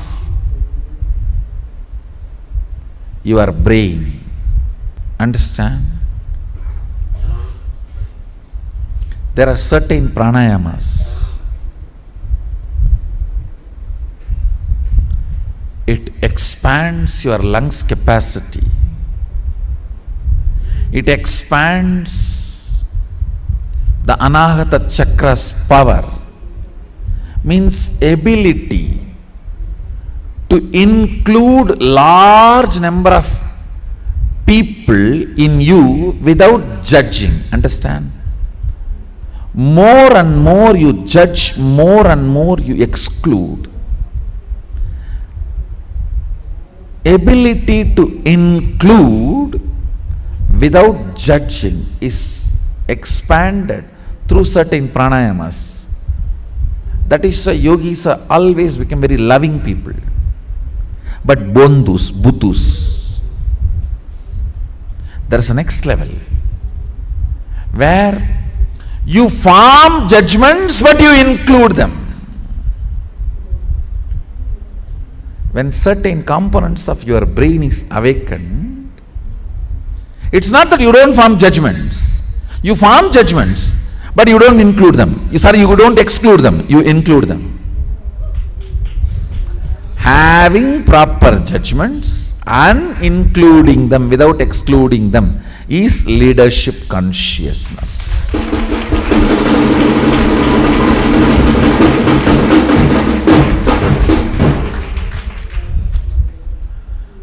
Not having judgments, just including them. You become such fool. Foolishness is not Bholenatha, understand. Sadashiva's name Bholenatha does not mean he is fool, no. He is in such space, never excludes anybody, but he has a right judgment about everybody.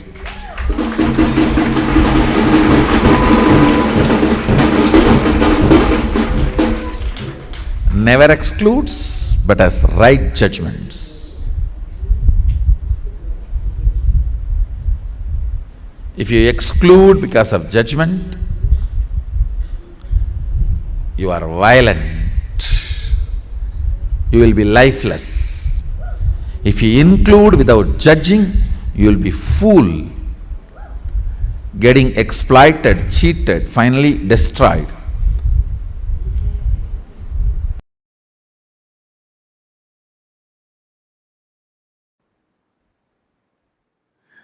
Understand, if you have the attitude of why me, even if you are world's richest man, you will not be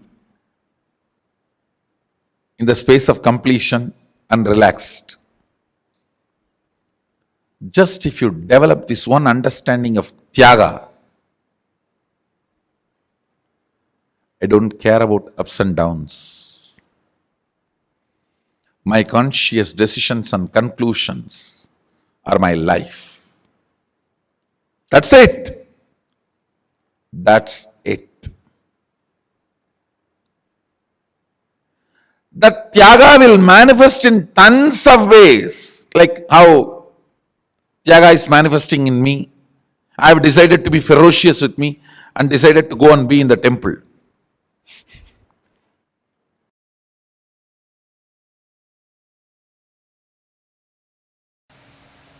Whether it is small or big, only if you make decisions for yourself, you will be complete. And you making decision for yourself should happen from the space of you fitting into the shoes of your responsibility. You deciding to become responsible about your existence.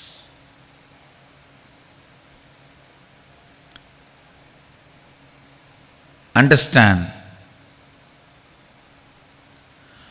you deciding to become responsible about your existence, you deciding to be complete about your responsibility, this too makes Ishwaratva happen in you. Understand? Nothing. There is nothing to be achieved in the life other than living Sadashiva and making the world live Sadashiva. Everything else is simple waste of life. Waste of life. You are born deluded into the concept of money and you run, suddenly collapse. Whether you are successful in saving or not unsuccessful in saving, whether you had it or did not have it, both Doesn't matter. You have not even done some good to somebody.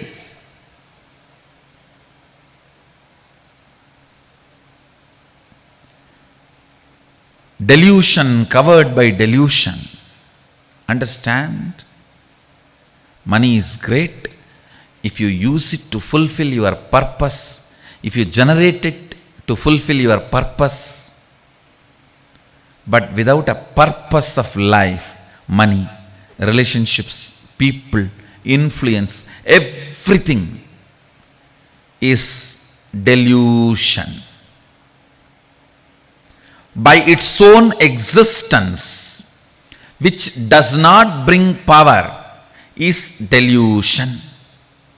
By its own existence, Swayam Prakasa, which brings power, is Ishwaratva.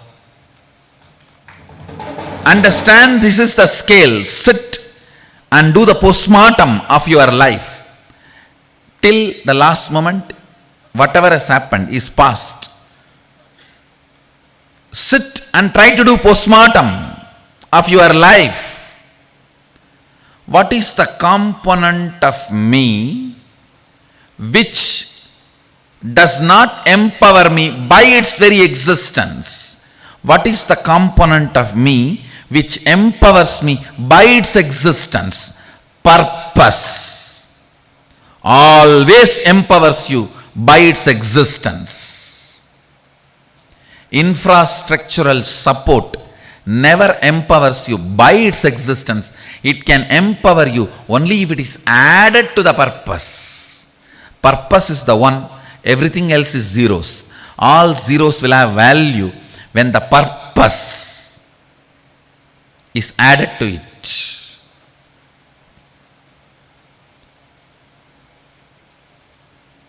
Be responsible for your purpose of existence. Understand? Look brings beauty, purpose brings personality. Look brings beauty, purpose brings personality. Beauty can never be permanent component of your life. Personality can be the permanent component of your life.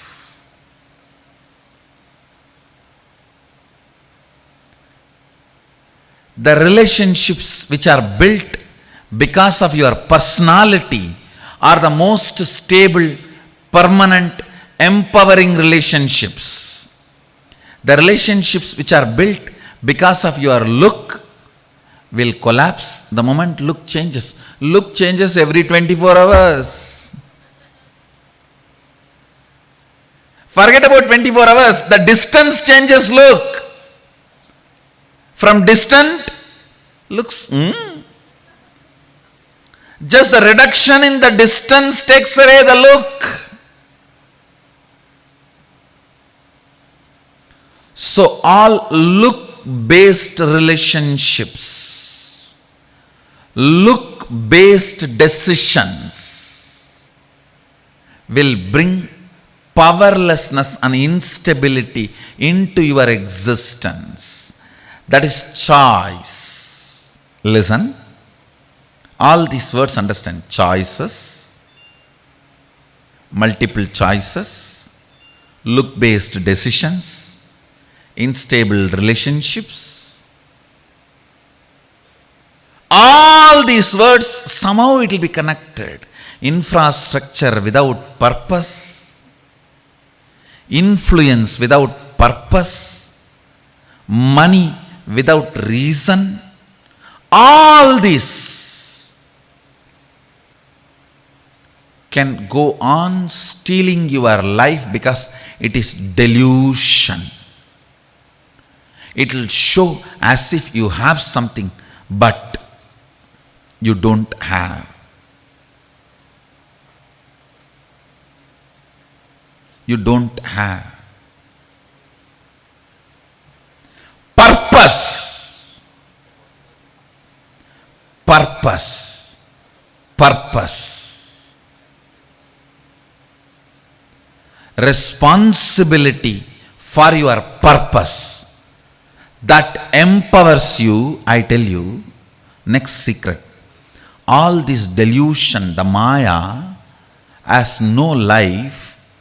Purpose and responsibility for the purpose as life. If the life starts happening, all this just follows you.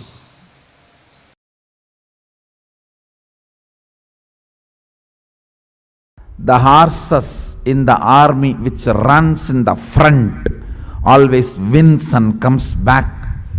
Which are in the behind and gets pulled, dies before even going to the war field.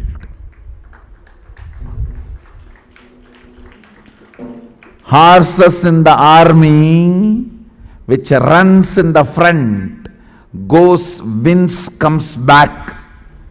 The horses which are behind gets dragged and pulled, does not want to come, dies before even going to the war field. Are you going to be the horses in the front or in the behind getting dragged, pulled? I tell you, life is Kurukshetra.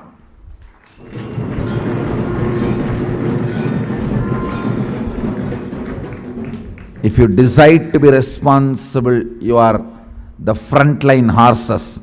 Go, conquer, win, achieve, be victorious, manifest Shaktis. Or be there getting dragged. Naturally, rope is in the neck.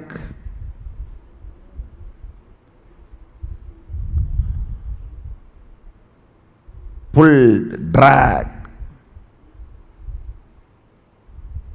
Death before even reaching the war field.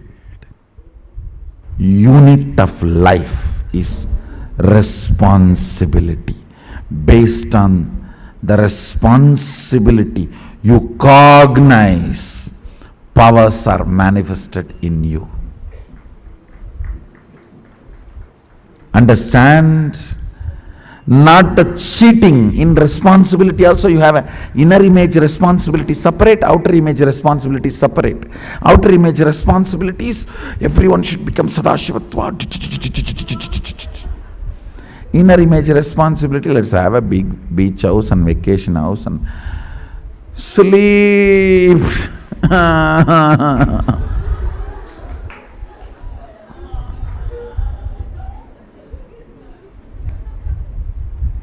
Taking rest is a preventive method to stop being affected by the disease of chronic fatigue. So before the tiredness disease attacks me, let me take preventive measurement of taking rest.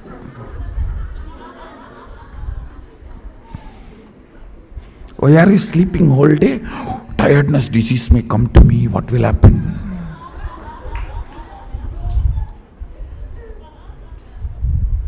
Let me take rest and stop tiredness coming to me.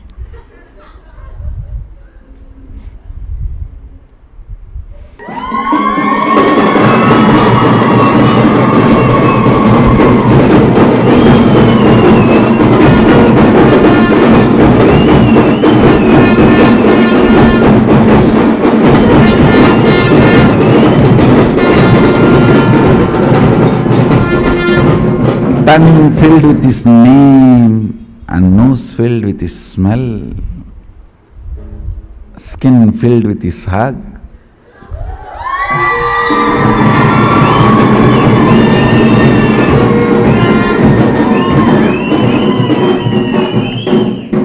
Emotions filled with emotions.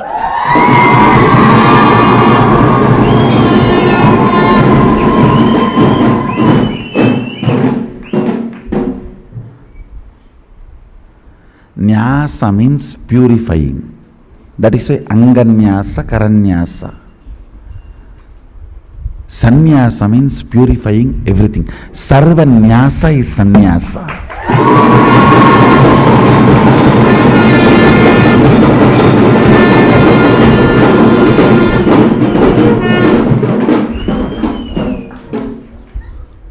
invoke the sacred sounds to purify the kara and anga, hands and parts of your body. You need to invoke the divine itself to purify everything.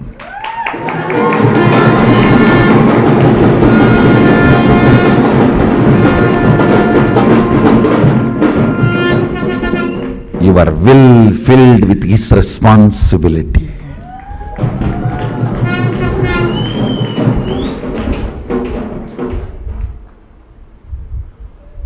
Third eye filled with his vision.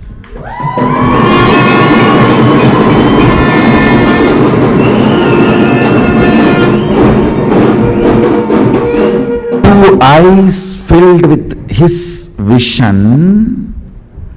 Third eye filled with his vision. Two eyes filled with his vision. Third eye filled with his vision.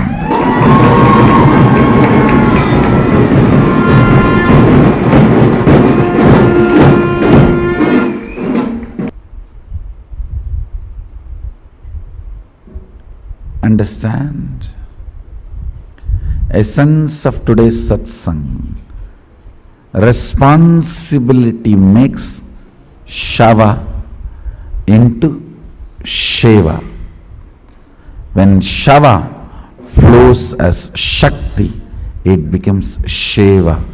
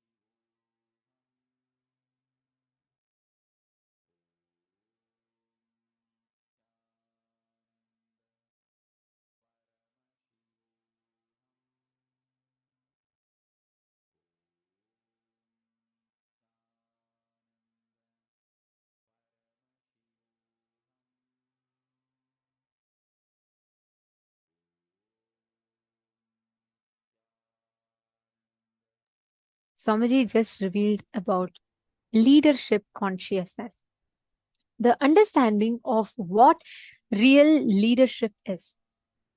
Leadership is a state, the feeling of responsibility, not status. It is a state. It is not a status. It is not a status where you are given the position and you try to fit yourself into it. No. Leadership manifests in you when you feel responsibility overflowing through you, compassion overflowing through you. That is the definition of what leadership is. And this leadership, this leadership consciousness, when it is awakened in you, you start manifesting, you start literally harnessing the powers, like this, all the extraordinary abilities that you have. You suddenly feel like, you have an access to a whole lot of things has suddenly opened up to you. Leadership is a state. It is not the status. What you need to do, what you need to create, how you manifest the reality in front of you,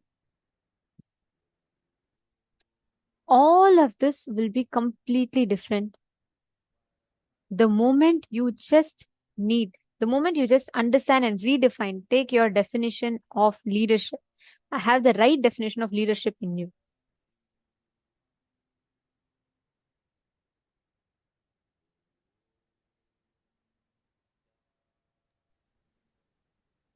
First, I request all the participants, if you have understood, see, because this subject is also one of the important subjects that we are learning today.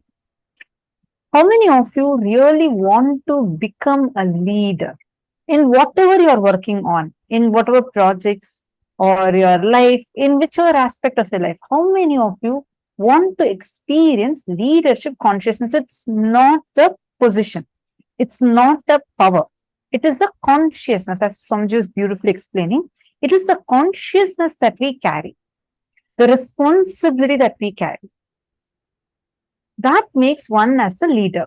How many of you here want that leadership consciousness to be awakened in you?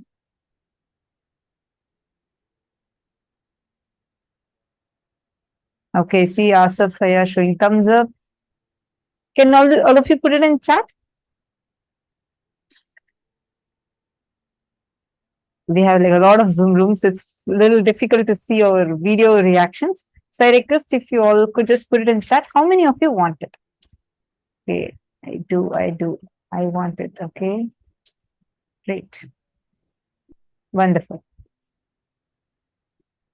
So now that each of you who have posted, see, first and foremost thing, for building the leadership consciousness in you, you need to stop being afraid of your bigness. Understand, we are never afraid of our smallness. It's never we being afraid of how, I would become poor, or I may become powerless, I'm a weak person. You're actually never afraid of your smallness. We are instead afraid of our bigness.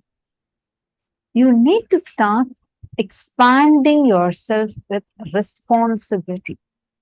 That is what is going to really, really awaken the leadership consciousness in you. Many of you are understanding this. And can I request all of you, take a moment now and please post in the chat, what did you understand from this session?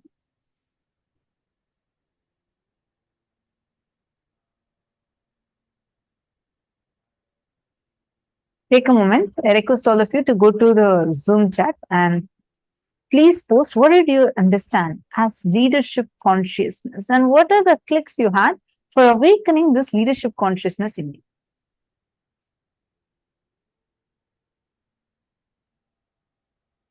See, you need to first of all cognize and understand what is the meaning of this leadership consciousness and how this leadership consciousness can be awakened inside of you by simply you deciding to take responsibility. Responsibility, usually we all consider it to be more of a duty. Duty is different, responsibility is different.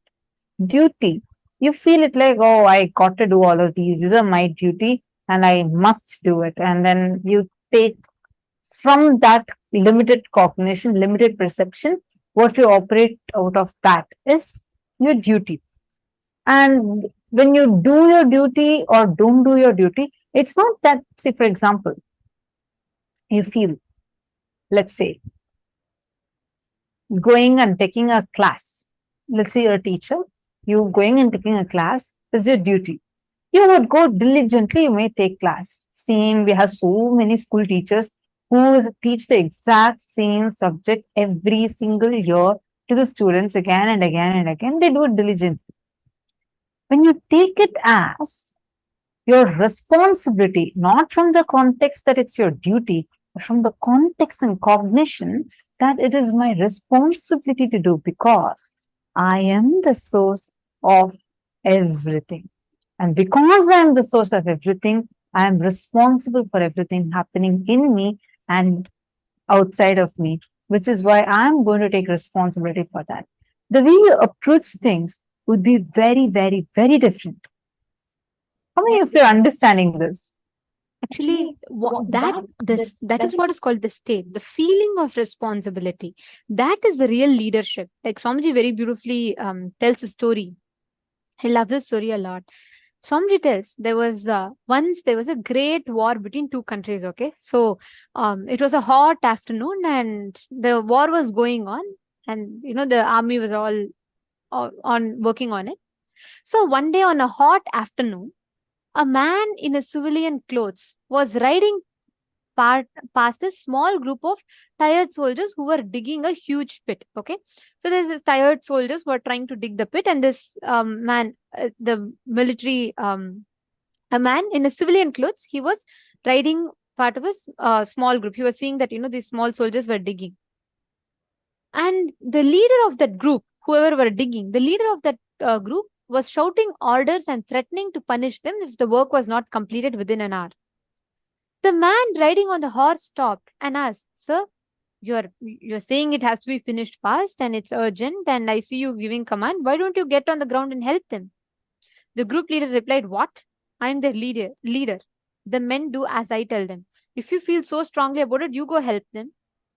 The man who was in the civilian clothes, he then calmly got off his horse and he started working with the soldiers till the job was finished. Before leaving, he congratulated the soldiers for the work and he approached the group leaders and he said, "Next time your status prevents you from supporting your people, inform your higher authorities. They will provide a more permanent solution." At that moment, another soldier came running up and saluted to the man in civilian clothes and spoke a few words to him. The man nodded and got onto his horse and rode away. "Who is that man?" asked the group leader. "Don't you know?" said the soldier. "He's the army general." Swamiji tells so beautifully. A true leader is a person who is ready to take responsibility consciously. He is ready to handle life consciously and respond spontaneously to life. He approaches life with tremendous awareness, sensitivity, and maturity. Responsibility is not just if we try to say, "Oh, I don't want to be a leader," and we try to act like, we're very humble and I don't want all this. It is not cute to not take responsibility for life. At the same time, leadership has a very different connotation. We always think, oh, leadership means what? You get some status, you get some power, you get to do this, you get to do that. No. Leadership is in your consciousness. Just by simply sitting, so many siddhas, they just simply close their eyes and they sit. The whole universe responds to their thought currents, their thoughts, their declarations. Just somewhere in some corner, one rishi sitting and meditating used to shake the throne of Indra and Swargaloka in the parallel universes. How? It was not, they didn't go rule any kingdom, they didn't take any responsibility. It was just the state that they were in, the consciousness that they carried. It was that consciousness which made even the gods respond to them. There's a very beautiful story from Mahabharata. There's a great, there's a beautiful character in Mahabharata called Bhishma. The embodiment of the integrity and woe. He's an amazing character in himself. And it happens that Bhishma's father, wants to marry another woman, a second marriage. He wants to marry Satyavati. And that woman imposes a condition that, look, if I have to marry you, your son can't be the king. And the father says, no, he's a crown prince. How can I say he can't be the king? He's the heir. He's the heir apparent. And how can I say he can't be the king? Then Satyavati says, all right, you can't get me. Then the king becomes depressed. Bhishma learns this. He goes and he tells Satyavati that, look, you marry my father, I will not become the king. I have no such greed for the throne. You just marry him. Then Satyavati is still not convinced. She says, what if you don't get, but your children become the king, your future sons and daughters, if they become the king and my children don't get to become the king? What we would have done? We would have said, no, it's my rights. I'm going to be the prince of this, kingdom. Why will I give that up just for your pleasure? But you know what Bhishma did? The moment she asked that question, he goes to Ganga. He takes a vow. He takes such a strong vow. He declares lifelong, he will be a celibate for his whole life, and he will remain forever as a servant of the throne of whoever becomes the king. His one vow, just that normal vow, was so powerful. It came from the true leadership consciousness. It came from such a conscious will that gods appeared and gave him the boon of Ichamrityu. That is the power. When you declare something consciously, leadership, that's why Swamiji says leadership consciousness. It is not a state. It is not a status. It is not about the actions that we do. It is a consciousness that we are in. What consciousness we exist in. That is what is leadership consciousness about. Are you all understanding, catching it? See, one important thing we all need to understand deeply over here is about responsibility. The responsibility is what is going to make you a real leader. Even in the example that Nithyananda was giving through that story, it is the responsibility that you feel, not just as duty, but as responsibility from the cognition that because you are the source of everything, you're responsible for everything. That would transform.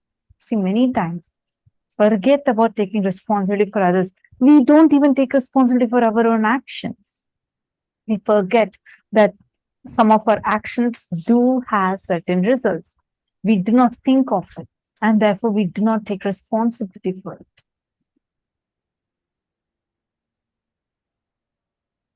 Pavana is saying, I like the stories you choose, Ma. Very interesting ones and apt.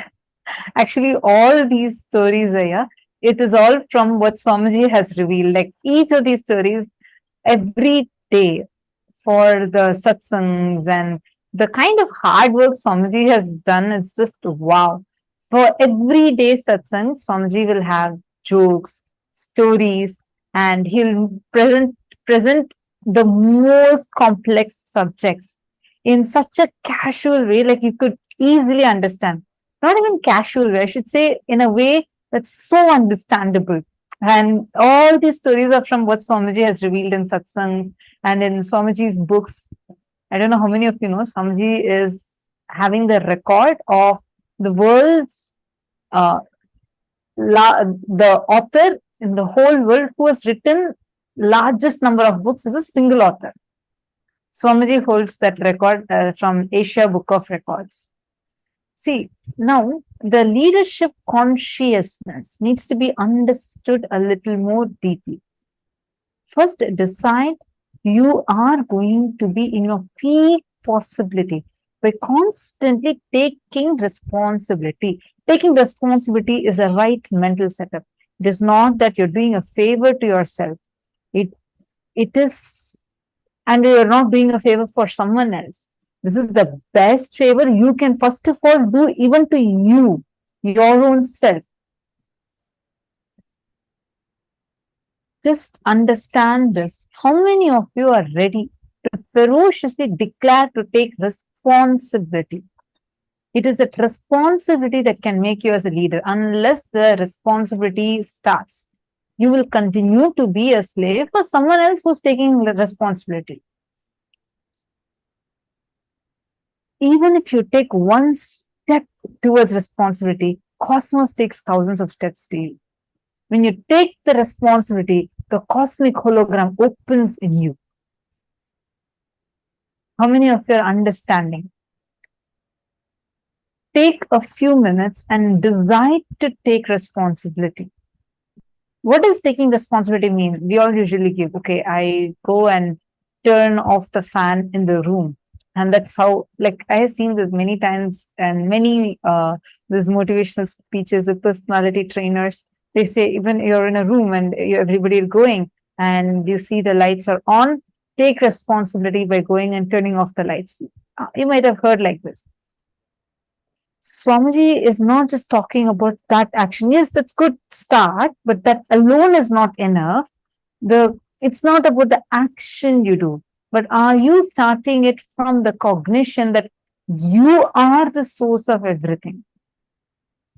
Look at your life, your conflicts, the things that you're struggling with. Why are you a slave of the society and societal setup? Why are you bound by things? It's because the responsibility is missing in you.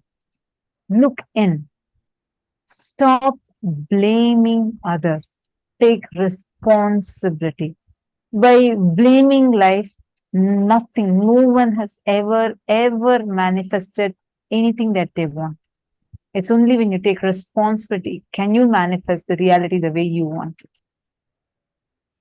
No. Let us all, with this understanding, let us all enter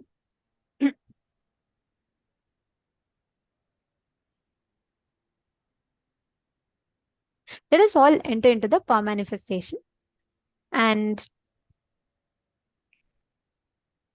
we request all the participants now, with this one understanding, your conscious will become so powerful that the way you experience, the way you cognize, the way you see reality will change. There's a very beautiful power that Swamiji has initiated all of us into. The power of being able to command, control a silicon device without touching it.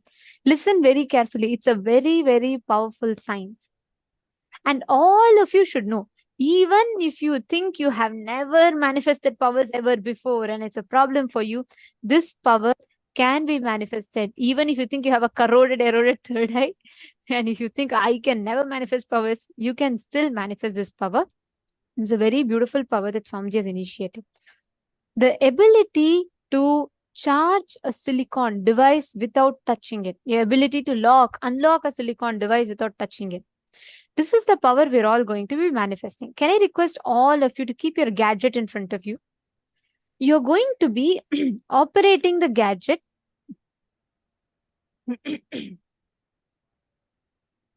Sorry for that. You're going to be operating the gadget without touching it. Okay, which means like you're not going to physically touch it. You're just going to, from your conscious will, command, and you will see how that object will listen to you and respond to the commands that you give. Ready? Okay. And for this, first we need to understand the circuit. All the powers, each powers are established based on a circuit. This power is established in the circuit called Hara center. And it is based on this particular circuit, this whole power functions. If you all can see, this is the Hara center. Hara center is the region between your Swadhisthana chakra and Manipuraka chakra.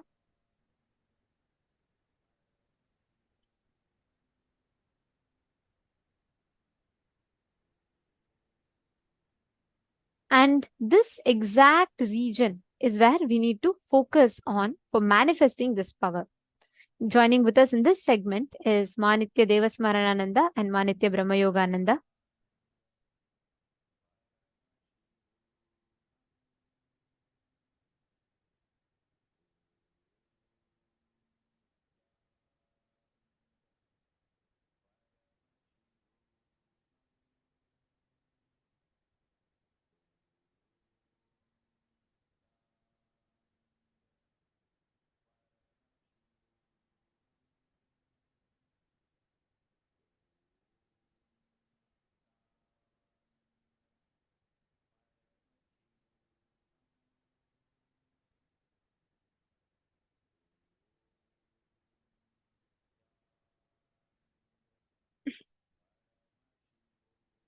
This exact region is what is the Hara center. Now, please understand.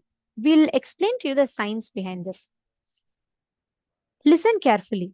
The silicon device is basically made of the earth element. It has the ability to receive your commands and it has the ability to amplify and respond to your commands. Now, let us understand how exactly the science is going to work. Listen very carefully. All of us have, for every power that you manifest, there is a circuit that is established. There's a circuit that is connected. This circuit is not like, for example, like how if you have to run the fridge in your house, it's a separate circuit for that. For the TV in your house, there's a separate circuit. For, let's say, for the washing machine in your house, there's a separate circuit, correct? The power supply is the same, but the way the power supply is taken, right, whether the intensity or how the power supply is taken, that each of them have a different circuit. Am I right? The same way, we have this circuit for every power that we manifest. For example, for the power of third eye, the circuit is through the third eye. The length, breadth, and depth. For the length, it is through the logic, the length. Each one, the circuit is plugged into the third eye, and from there it is manifesting. For this particular for this particular power, the circuit is in the Mooladhara. It is directly from the root center. So even if you think your third eye doesn't work, it's corroded and eroded, this power can still manifest in you. Understanding? It is directly connected to the Hara center, which is right above the Swadhisthana and Manipuraka. Which means anything you visualize, you can simply download it just by your command. You can unlock the phone. Understanding? Are all of you clear? If you're all clear, please could you all put yes in the chat? Yes, Ma Vinuta, you should turn off. That's what I wanted to announce also. So before you don't need to manifest as of now. Please wait. We'll explain to you all and we'll tell you all the exact steps. Your phone should not have face recognitions or voice recognition or anything. Turn it off for some time till you manifest this power. But first, if you all have understood, can I request every one of you to please put yes in the chat and acknowledge that you understood?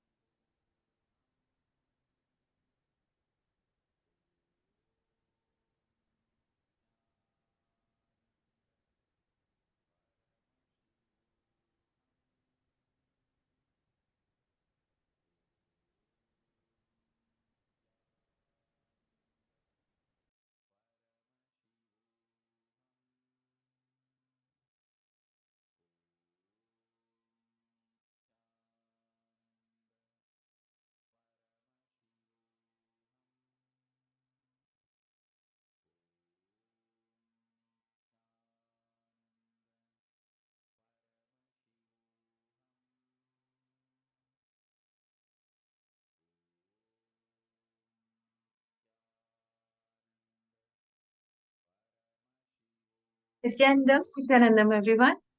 So now, as Ma Nityananda just gave a brief, we are going to be entering into the power manifestation. So now we are going to be manifesting the power of commanding our consciousness over the silicon device. And actually, if you see, this power is much more easier than any other normal matter or the power of consciousness over matter, right? When we have to move an object or levitate an object, this power is much more easier than that, because the first thing is that the silicon device doesn't need the circuit which we use to manifest this power is not directly connected through the third eye. It is connected to the through the hara center. As all of you were just seeing a diagram of where the circuit is connected from, it is above the Mooladhara and below the Swadhisthana. That is where the hara center is, and it is through that our circuit is connected for this specific power. So basically, when Swamiji initiates us into this power, Swamiji will infuse the energy through the hara center. Otherwise, like for consciousness over matter or third eye or all the third eye based powers, Swamiji infuses the energy through our third eye. But in this power, Swamiji infuses it through the hara center. So just by putting our awareness on the hara center, we will be able to manifest this power. And also, if you feel that, oh, I have too many toxins, I have too much of fluoride intake, and my third eye is blocked, or it's not, fully awakened or energized, that is also completely fine, because this is a power which any and every single human being who has a consciousness can manifest. And if you have a consciousness, if you are alive, means you have a consciousness. So every single one of us can manifest this power without doubt. So now I request everyone to get ready with your silicon devices. Whatever you have, it can be a tablet or a phone or whichever device you have, keep it in front of you and make sure that the face recognition is off and the phone is switched off, because we are going to be manifesting the power of unlocking the phone through manifesting powers.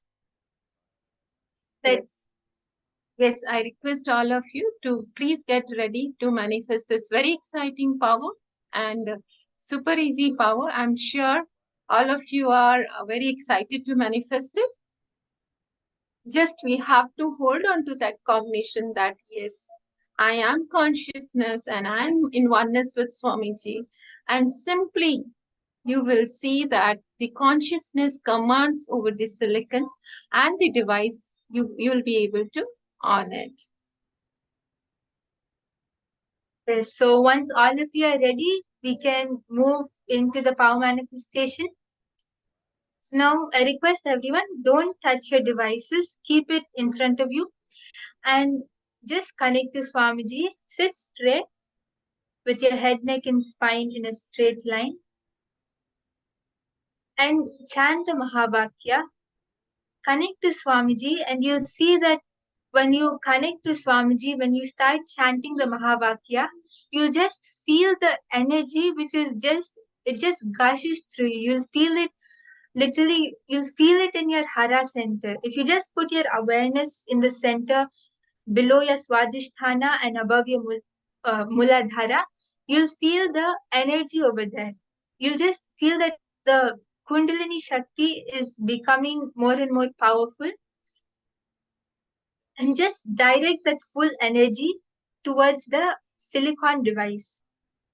When you breathe in, just breathe in the prana and breathe it out with the awareness on your hara center.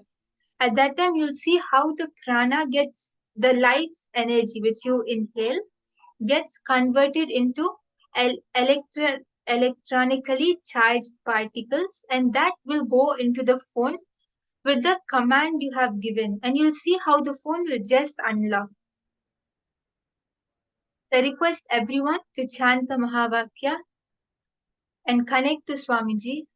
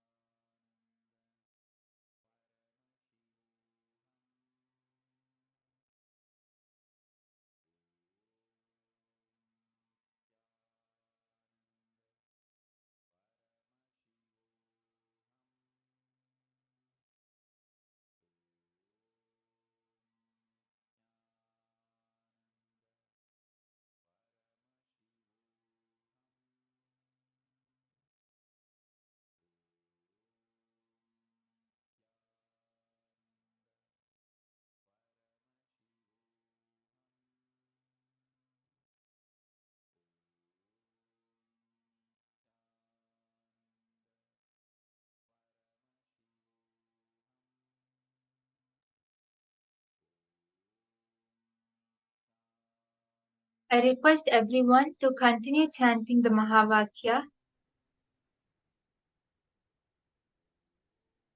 Just connect to Swamiji and put your full awareness on the Hara center.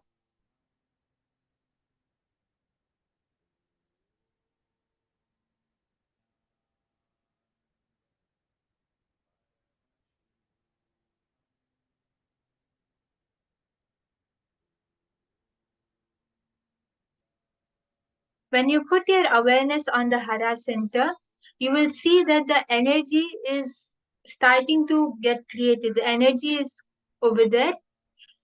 And just direct that full energy towards the silicon device in front of you.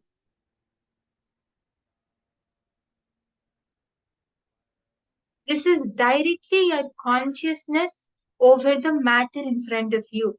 The energy in your Hara center, the prana which you breathe in, is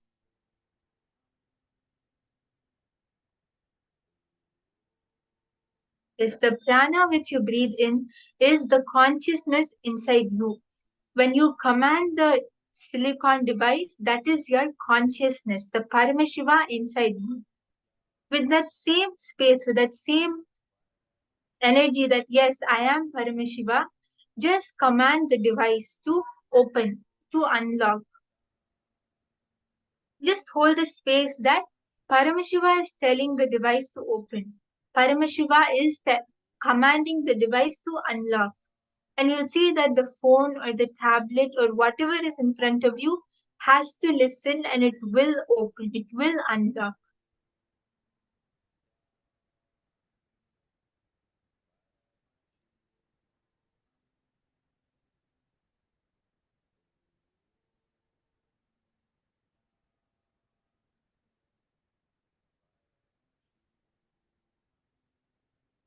And I remind each one of you to please keep your posture straight.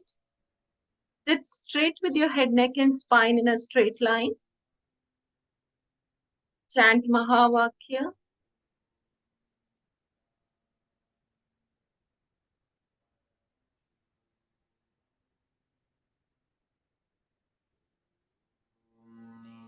Continue to chant the Mahavakya and just hold the visualization that the energy from your Hara center is going onto the silicon device and it's unlocking.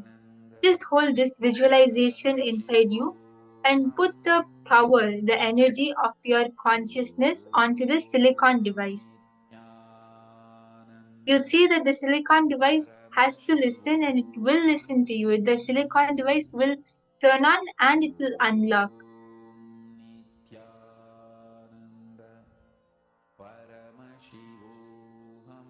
This is a very powerful revelation which has been done by Swamiji. Swamiji revealed that the silicon listens to the consciousness. So please understand, it simply listens to the consciousness. We just have to cognize that and give a command from that space. Nithyananda Paramashivoham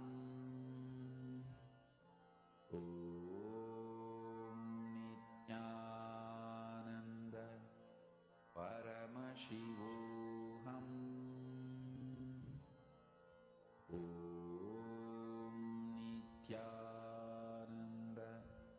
Paramashivoham Nithyananda Paramashivoham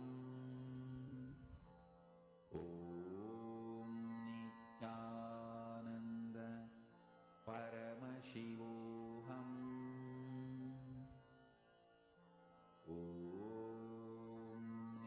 Nithyananda Paramashivoham Nithyananda Paramashivoham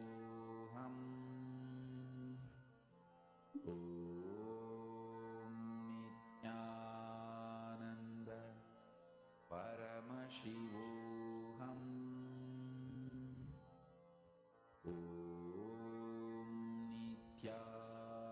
Nithyananda Paramashivoham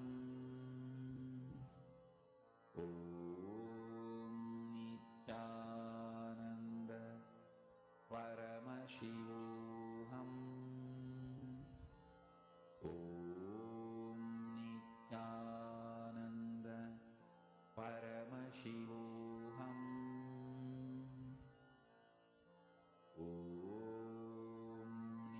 Nithyananda Paramashivoham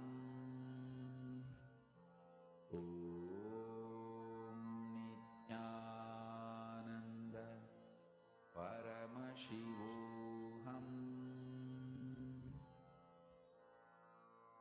Mahamahāvāgya, spiritual lullaby for samadhi, and Suprabhatam, wake up call, wake up song for Paramashiva. This Mahamahāvāgya is spiritual lullaby for you to fall into samadhi. Suprabhatam, wake up song for Paramashiva to wake up in you.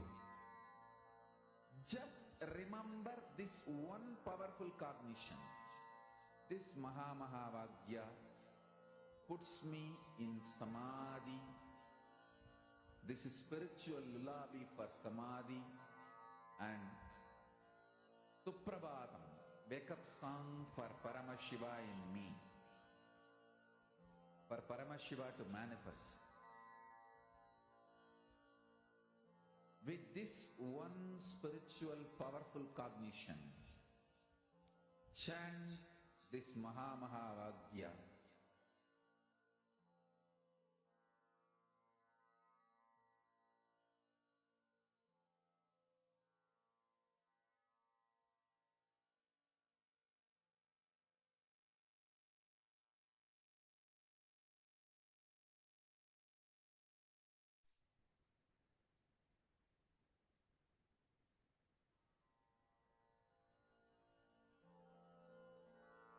Mahamahāvāgya, spiritual lullaby for samadhi, and Suprabhatam, wake up call, wake up song for Paramashiva, for Paramashiva to manifest.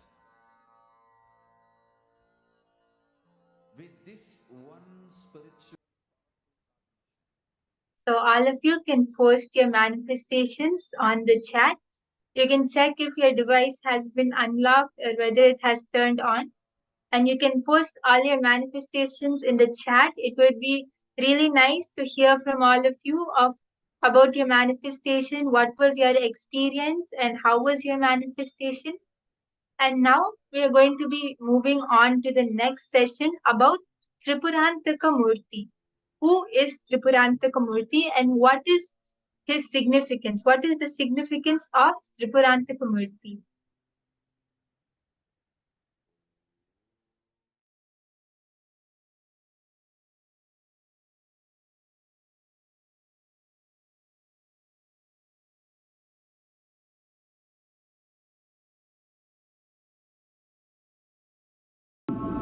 Whatever is happening is auspicious. Shiva. The word Shiva means in Sanskrit causeless auspiciousness. Whatever happens in your life, even if the best thing happens, you can always think, it could have been little better. It could have been little better. Or whatever worst thing happens, you can always say, oh, at least this much I am saved. It is up to you to feel whether things are auspicious or inauspicious. In the planet Earth, only two kinds of human beings are there. People who feel everything is inauspicious. We need some correction. We need some alteration. We need some further development. We need to remodel. There are some people who feel everything happening is auspicious. Person who feels whatever is happening is inauspicious is a materialistic. He believes in matter, correction, doing, remodeling, changing, altering. Person who believes whatever is happening is auspicious is a spiritualist. Believes in the intelligence of the cosmos, the whole. He is very clear, the whole is much more intelligent than part, me. If you think the whole is not more intelligent than you are materialistic, egoistic. If you think the whole is much more intelligent than me, you are spiritualist. Over. The whole world can be classified just with these two categories. If you feel whatever is happening is auspicious, you are a spiritual person. A small story. After a powerful sermon on the charity, the priest sends his hat for a rounds, for a collection. The hat goes round, comes back as empty as it was sent. He took his hat and said, oh God, at least the hat came back. Understand? He is intelligent. He is really intelligent. He is able to think whatever is happening is auspicious. Whatever is happening is best. You can either think whatever is happening is inauspicious, or you can realize whatever is happening is auspicious. Why enlightened beings are constantly feeling whatever is happening is auspicious? It is just because of the Kundalini Shakti. Once this Kundalini energy awakens in you, you will feel so much of energy in your body, you will not be able to complain about anybody. Understand? You will complain about anything or any person or any incident only when you are in low mood. Means your usual mood. You will not be able to complain, criticize or feel disappointed about any person or anybody if your body is overflowing, bubbling with energy. You feeling whatever is happening is auspicious or inauspicious is directly connected to your energy level. At some time, if you get the glimpse of that high energy, by some method, sometimes people get into that high energy without even knowing. Maybe if they go to some high energy places, or if they are really relaxed, they get into that high mood. Suddenly those few moments or few hours you feel you are so fulfilled, nothing is wrong in the planet Earth. You will feel everything is going the best way. If you have had this glimpse, these moments in your life even once, you can be called as a spiritual seeker. Sometime, even while seeing the sunset, suddenly you feel the whole thing is settled in you. And you think, God, everything is beautiful. Things are happening. It's okay. Suddenly, some mood, you are silent, you are relaxed, you are filled with energy, and you see whatever is happening is auspicious. There is only two planes of existence. One, the plane of normal human beings. Whatever is happening needs to be altered. Anything they cannot say, I really like that person, but they can't stop, they can't end a sentence without that but. Without that but, they can't end any sentence. They cannot make a statement without that but, there ends. If you are using that word, but, or this, then you are a human being. There is another one kind of existence. Whatever happens, he is not bothered at all. In Gita, Krishna says, samaschitta. It does not mean he is not compassionate. Understand? A person who is balanced does not mean he is not compassionate or he doesn't suffer seeing the others struggle, others suffering. He tries only to remove others' suffering instead of he suffering with them. It is not directly going to help. First thing, you need to feel completely overflowing. Whatever is happening is auspicious. In the auspicious energy, let there be one more auspicious wave to bring the people up. Can be the idea or can be the understanding. The person whose Kundalini is not awakened, whose Kundalini Shakti is not become alive, in Sanskrit we call Kundalini Jagrata, the higher consciousness awakening. If it has not happened in you, whatever is happening inside and outside you will be inauspicious. If that awakening happens, whatever is happening inside and outside you will be auspicious.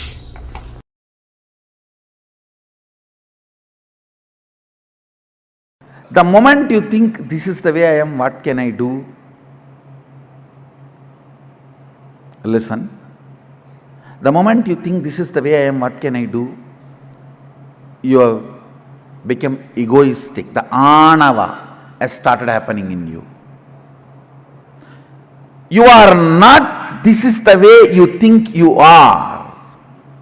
Listen, people come and tell me, what can I do, Swamiji? I have so many patterns, I wanted to break, but this is the way I am. No. You fantasized about breaking, never wanted to break. Fantasizing about completion and doing completion is totally different. You always fantasized about becoming new being because you see the way the new beings radiate. You have an idea how it will be. Butterfly in the stomach, rose in the heart, light in the eyes.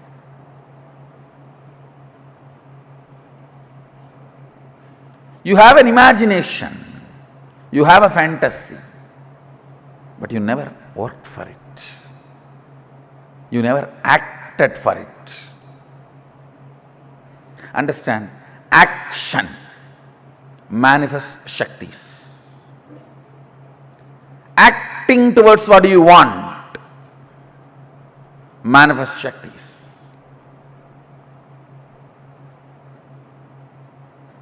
First thing you need to know, you are not a sealed, complete product as you imagine. No. You are a seed. Means you need to open up. Sprouting need to happen. Plant need to grow.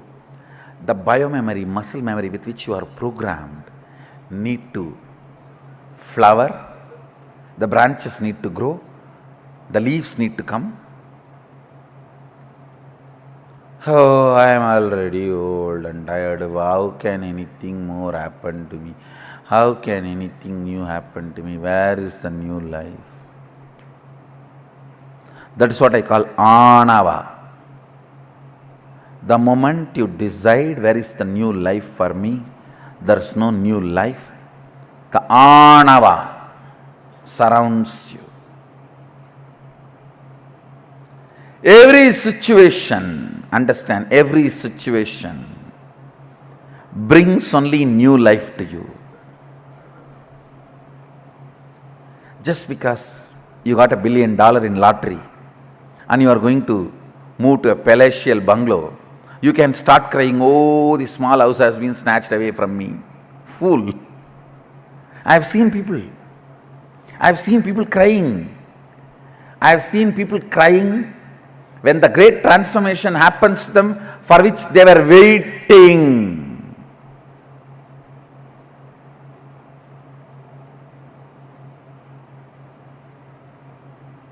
They were waiting to have a palatial bungalow.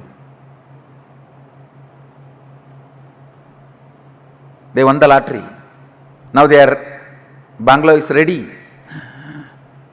I would have been really, really happy. But I should have moved to the bungalow from here. After the mango season is over, this mango tree is here and the mango season is going on. It would have been so nice if I had lottery after the mango season and then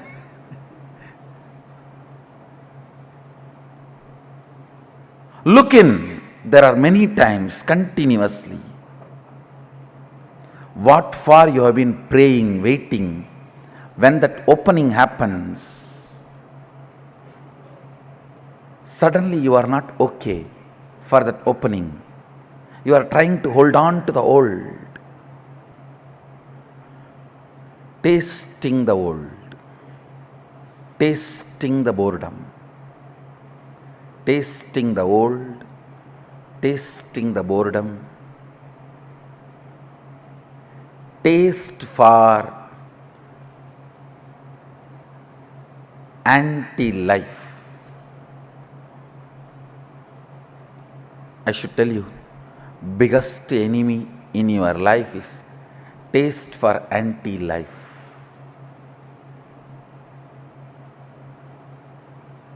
Break. Every time you go through anti-life taste, every time when your mind is trying to tell you, this is the way I am, what can I do? How can anything move? What can anything happen? No! You are not yet end. That's the good news. You are only a seed. As long as you consider you are only a seed, you need to manifest you are Sadashiva. Because, understand, Sadashiva constantly considers himself as a seed which need to manifest, yet to manifest, yet to manifest. Even after manifesting this whole Jagat.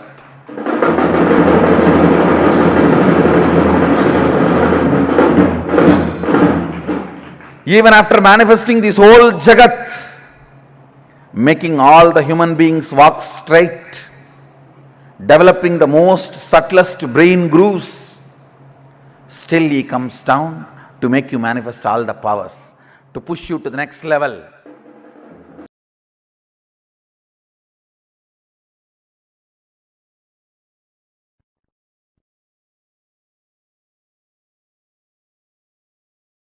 Sankhya of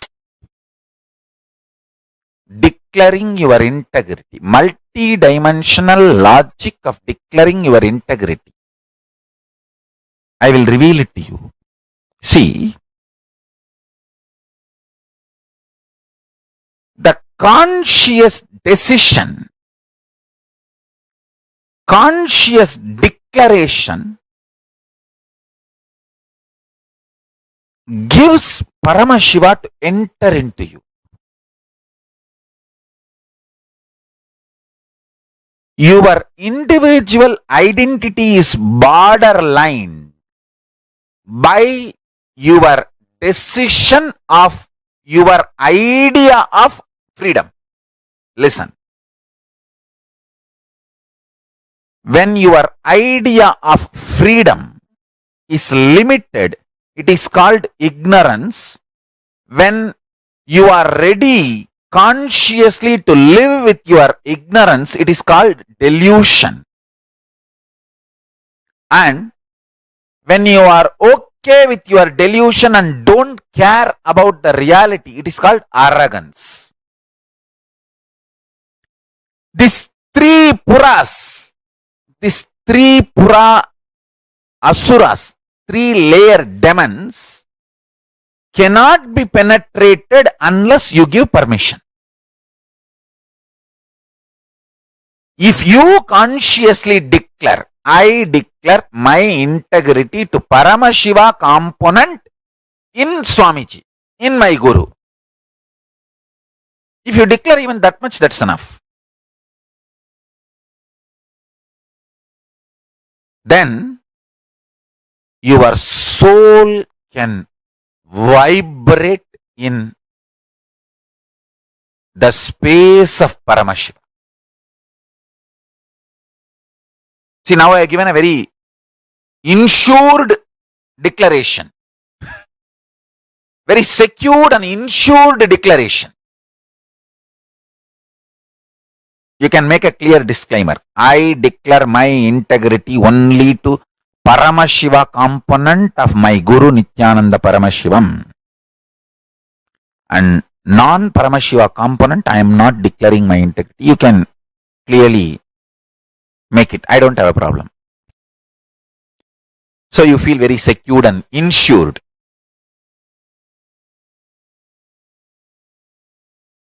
Understand?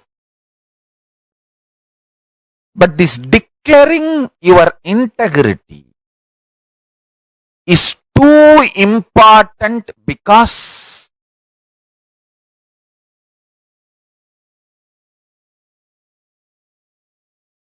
this is the Sankhya multidimensional logic of consciousness. Only then consciousness can enter into your being and awaken you. This Navaratri, let us make as many people as possible declare their simple integrity to Paramashiva and celebrate themselves as consciousness. Celebrate themselves because they are consciousness, not because of their money, their power, their positions, their social power, political power, or anything, their beauty, age, health. Celebrating themselves because they are consciousness.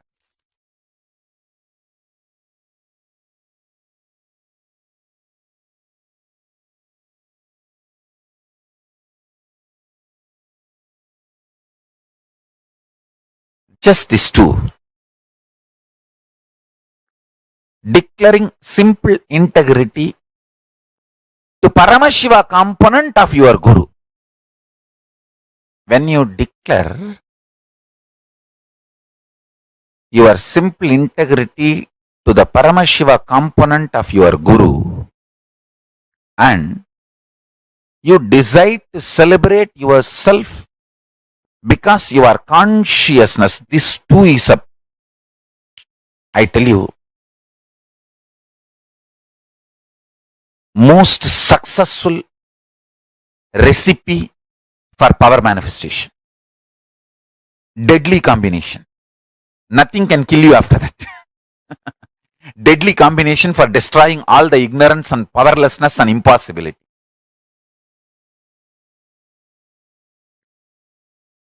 This too is the most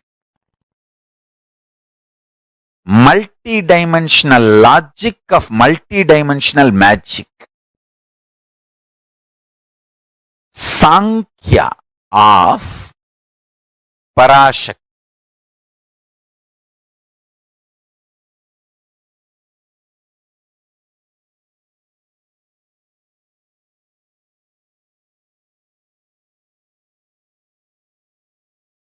It may look too simple, I tell you.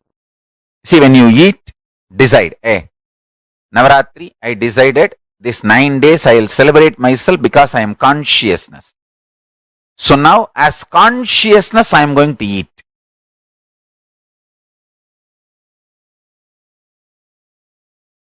You will see the whole eating experience will be different. As consciousness, I am going to drink water or whatever juice or anything you drink. As consciousness, I am going to sleep. As consciousness, I am going to do my office job. As consciousness, I am going to relate with people. As consciousness, I am going to do all my activity. So much of grounding and qualitative difference in your reality.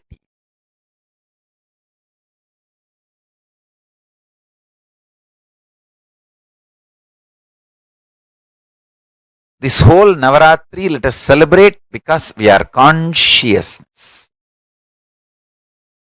Navaratri is a beautiful celebration. Devi who received Agama, Vishnu who made the Agama as the software for the whole universe. Both of them are celebrated on this auspicious 9 days.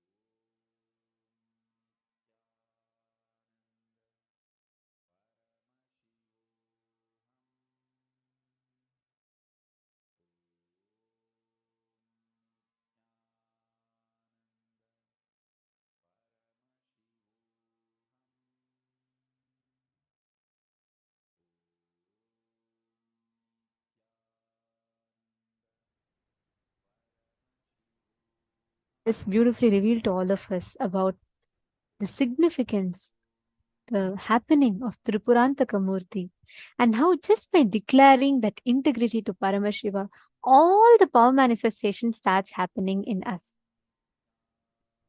This form of Paramashiva, Tripurantaka Murti, today we're all going to be connecting, experiencing, receiving the darshan of this very form of Paramashiva, and we are going to be having a very powerful process where Swamiji will be awakening all of our third eye to the frequency of being able to see Kailasa, have the darshan of Kailasa as it is.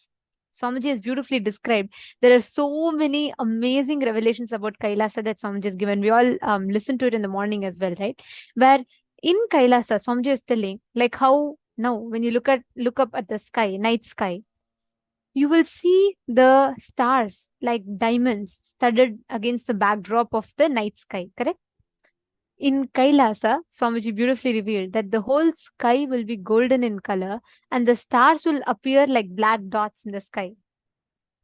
The whole parallel universe of Kailasa where Paramashiva resides with his whole family, is intense auspiciousness, fills us with immense joy, and showers all the powers into us just by having the darshan of how exactly will Swamiji's form in Kailasa look like, right? Whether to see how how Nandi is, how Ganapati is, how Subramanya is, we will literally have the darshan of the whole family of Paramashiva along with Paramashiva. And today, all of us are going to get experiences, every single one, especially all the participants that have been sitting and attending the session since morning. And we will listen directly from Swamiji, the description of how Kailasa exists and how the whole plane of Kailasa is. And when one visits Kailasa, what kind of experience you would have. Swamiji beautifully described this. That's the exact experience that each one of us are going to be receiving today. And just through this darshan today, for all of us, Swamiji will be initiating us to be able to manifest the powers, to be able to manifest the ability of moving the commanding silicon device just through the conscious will.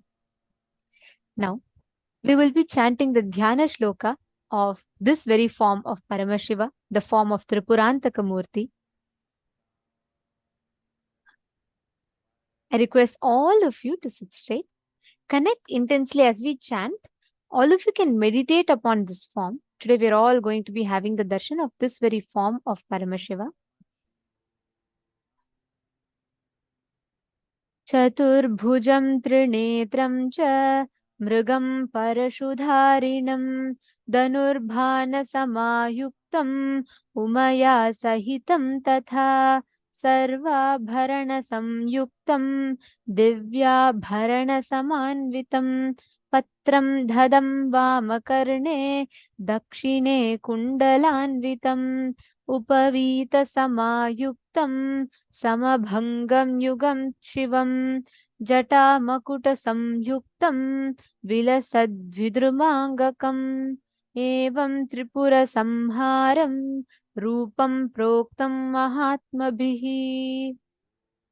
The next is a form of Paramashiva which blesses the whole world as Vrishabharudha Murti. सर्वे स्याद्वक्रतुण्डान्वितकतककरं गोपते पृष्ठसंस्थं वामस्यर्धं सदक्षं वरकरयुगले टङ्कं कृष्णं दधानम् फालस्थाक्षं प्रसन्नं त्रिनयनलसितं भवद्वेणीकिरीटम् वामे गौर्या समेतं नमतः शुभकरं Vrishabharudamisham. The next is Vrishabhantika form of Paramashiva. Vrishabhantika form is the very form through which Paramashiva blesses Dharma Devata to become his own vehicle, and Paramashiva leans on that form. That is what is called as the Vrishabhantika Murti form of Paramashiva. Chaturbhujam trinetram cha mragam parashudharinam dhanurbhana samayuktam umaya sahitam tatha sarvabharana samayuktam divyabharana samavritam patram dadam vamakarne dakshine kundalanvitam upavita samayuktam samabhangayutam shivam जटामकुट संयुक्तं विलसद्विद्रुमांगकम् एवं Tripura संहारम्. Now, let us all get ready to receive the darshan of these very forms of Paramashiva. Today, during the darshan, all of us are going to be blessed with the signs of power manifestation. Today we have covered some of the most important aspects. We learned about leadership consciousness. We listened to the secrets of power manifestation. We understood about how we can manifest this experience of that space of oneness with Paramashiva. And most importantly, we learned about how the I and mind, the identity, and how our desires happen. We have covered some of the most important aspects. We understood about the science of power manifestation, how integrity is the key to manifest powers. In today's darshan, Swamiji is literally going to be lifting us to the parallel universe of Kailasa. Today's special initiation is all of us are going to be able to see the 3D live tour of Kailasa. That is literally what today's process is about. When you just close your eyes, Swamiji will be raising all of us to the frequency. Actually, there was in one of the Paramashivohams, the first time when Swamiji gave this initiation, literally Swamiji had conducted the whole process, and Swamiji said every participant to post what they saw. And almost all the participants posted the similar descriptions of how they saw Kailasa. And Swamiji said that's the way you can actually measure. Means you will actually clearly be able to see Kailasa, and you'll be able to see the parts of Kailasa, like whether how the deities of Kailasa are, how the Ganas are. You will literally be able to see the parallel universe of Kailasa, how it exists as it is. And by raising us to such high frequencies and giving us that experience of seeing and experiencing KAILASA Loka itself, Swamiji is going to be awakening our third eye and giving us all the power manifestation initiation, where you will start manifesting the powers intensely. Not just that, through power manifestation, you will also awaken the responsibilism more and more in you and manifest Ishwaratva, the leadership consciousness. Today we all did a workshop on Ishwaratva, how you can become a leader. We learned about the leadership consciousness so beautifully. Swamiji described that to us. So in today's initiation, we are going to be receiving the leadership consciousness of Paramashiva himself transmitted to us.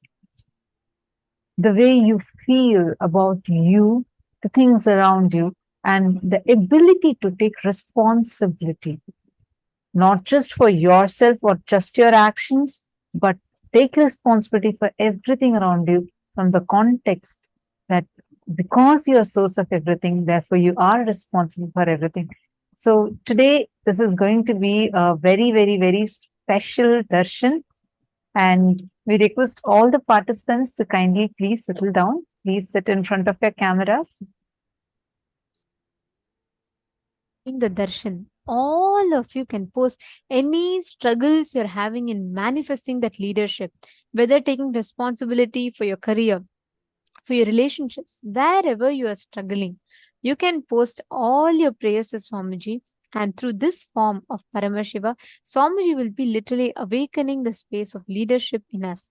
And most importantly, today all of us are going to be understanding in deeper levels further about how you can be your own boss and how you can start manifesting. You can have the command of what you want to create in life as a reality. And this initiation is very, very important, because through this initiation, Swamiji is going to be preparing our inner space, preparing us, all of our consciousness to be able to manifest the ultimate state of leadership. Now, I request all the participants to please come and settle down. Please be seated in front of the camera. And just a reminder, I'm noticing that some of the participants are having the virtual backgrounds on. As per the security protocol, we should not be having the virtual backgrounds. Please ensure that you're all visible in the camera. Do not enable the virtual backgrounds in Zoom. If it is enabled, including any blurred background, if it is enabled in your laptops, we request all of you to please kindly turn it off and be clearly visible in the camera. We still see many participants that are not sitting in front of the camera. We request all of you to please kindly come and settle down. It's time that we are going to be entering into darshan.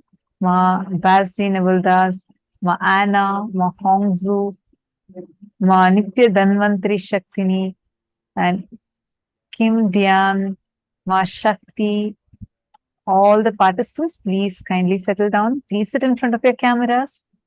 Ma Kareen, Ma Ten Hang Jan. We are only able to see your forehead alone, so we request if you could please adjust your camera so that you're clearly visible, no? And also want to invite All the participants, let us all understand that darshan is a very, very sacred, powerful process. During darshan, do not walk around, do not talk to someone, do not move from the camera. Darshan is the moment where we come face to face with the avatar, which means our whole inner space starts reflecting and reciprocating, recreating the exact responses happening in the inner space of the avatar. It will start recreating and producing it in our own inner space, which means you will literally be mirroring the exact neuron activity as it is happening in Swamiji. We will be reflecting that space. That is why not just having the darshan, whenever you have the darshan of that deity, all the powerful cognitions, powerful components, the principles that the deity represents and the powers gets awakened in you. You start reflecting them. You start manifesting them every single day. When Swamiji is coming and sitting, giving us all the darshan, he is literally awakening this in us. He is mirroring each of the deities, the intelligence of each of those deities in our inner space. And all of you can post your prayers during the darshan. See, how many of you have thought, if God appears in front of me, I have a big wish list of things that I would like to get blessings for. Or sometimes you think that fairies would come, angels would come, like this. Each of us has some belief like that. Many times as a child or sometimes even as an adult, we tend to think, okay, I'm going to ask these things as bones. Really, God, Paramashiva himself is physically landing. Understand, this time, the darshan time is extremely sacred. Very, very rare happening. It's not available for everyone. It's not available for everyone. Unless you are the chosen one, you cannot be here. That's why right now, even though this is streaming across all the social media platforms, we have so many people, billions of people on the social media, on the internet right now. But how many of them are getting to tune in right here? Because unless you are chosen by the cosmos, you would not get this divine blessing to sit here and receive this darshan. And that is why you are not here by accident. You are here right now in this form at this moment because existence, cosmos, Swamiji himself has chosen you to be here to receive this powerful initiation. And today we've all also being initiated. We're all going to be literally awakened the ability to manifest power over the silicon devices as well. Like, for example, without touching, being able to access, being able to handle or move, you can command, and the silicon device, the object, will listen to you. These are all extremely advanced powers that Swamiji is going to be gifting us today and literally awakening the software of that power in our inner space. And as you all learned earlier, this is not just going to be to your third eye. The silicon power is directly connected to your Hara center. And this, when this Hara center is awakened, you would be able to start manifesting the silicon power. We have a lot of gifts today. Now we are going to be entering into the darshan, and Swamiji is going to be showering us with boons, blessings, and initiations. And after the darshan, towards the end of the day, we are also going to be sharing with you all the gifts that Swamiji has blessed for all the participants. So be tuned in completely and do not miss out. Make sure you are here in this sacred space, and let's all get ready to receive the darshan now. Please sit with your head, neck, and spine in a straight line. Close your eyes. Breathe in and breathe out deeply and slowly. Please chant the Mahavakya and prepare your inner space for the darshan. Om Nithyananda Paramashivoham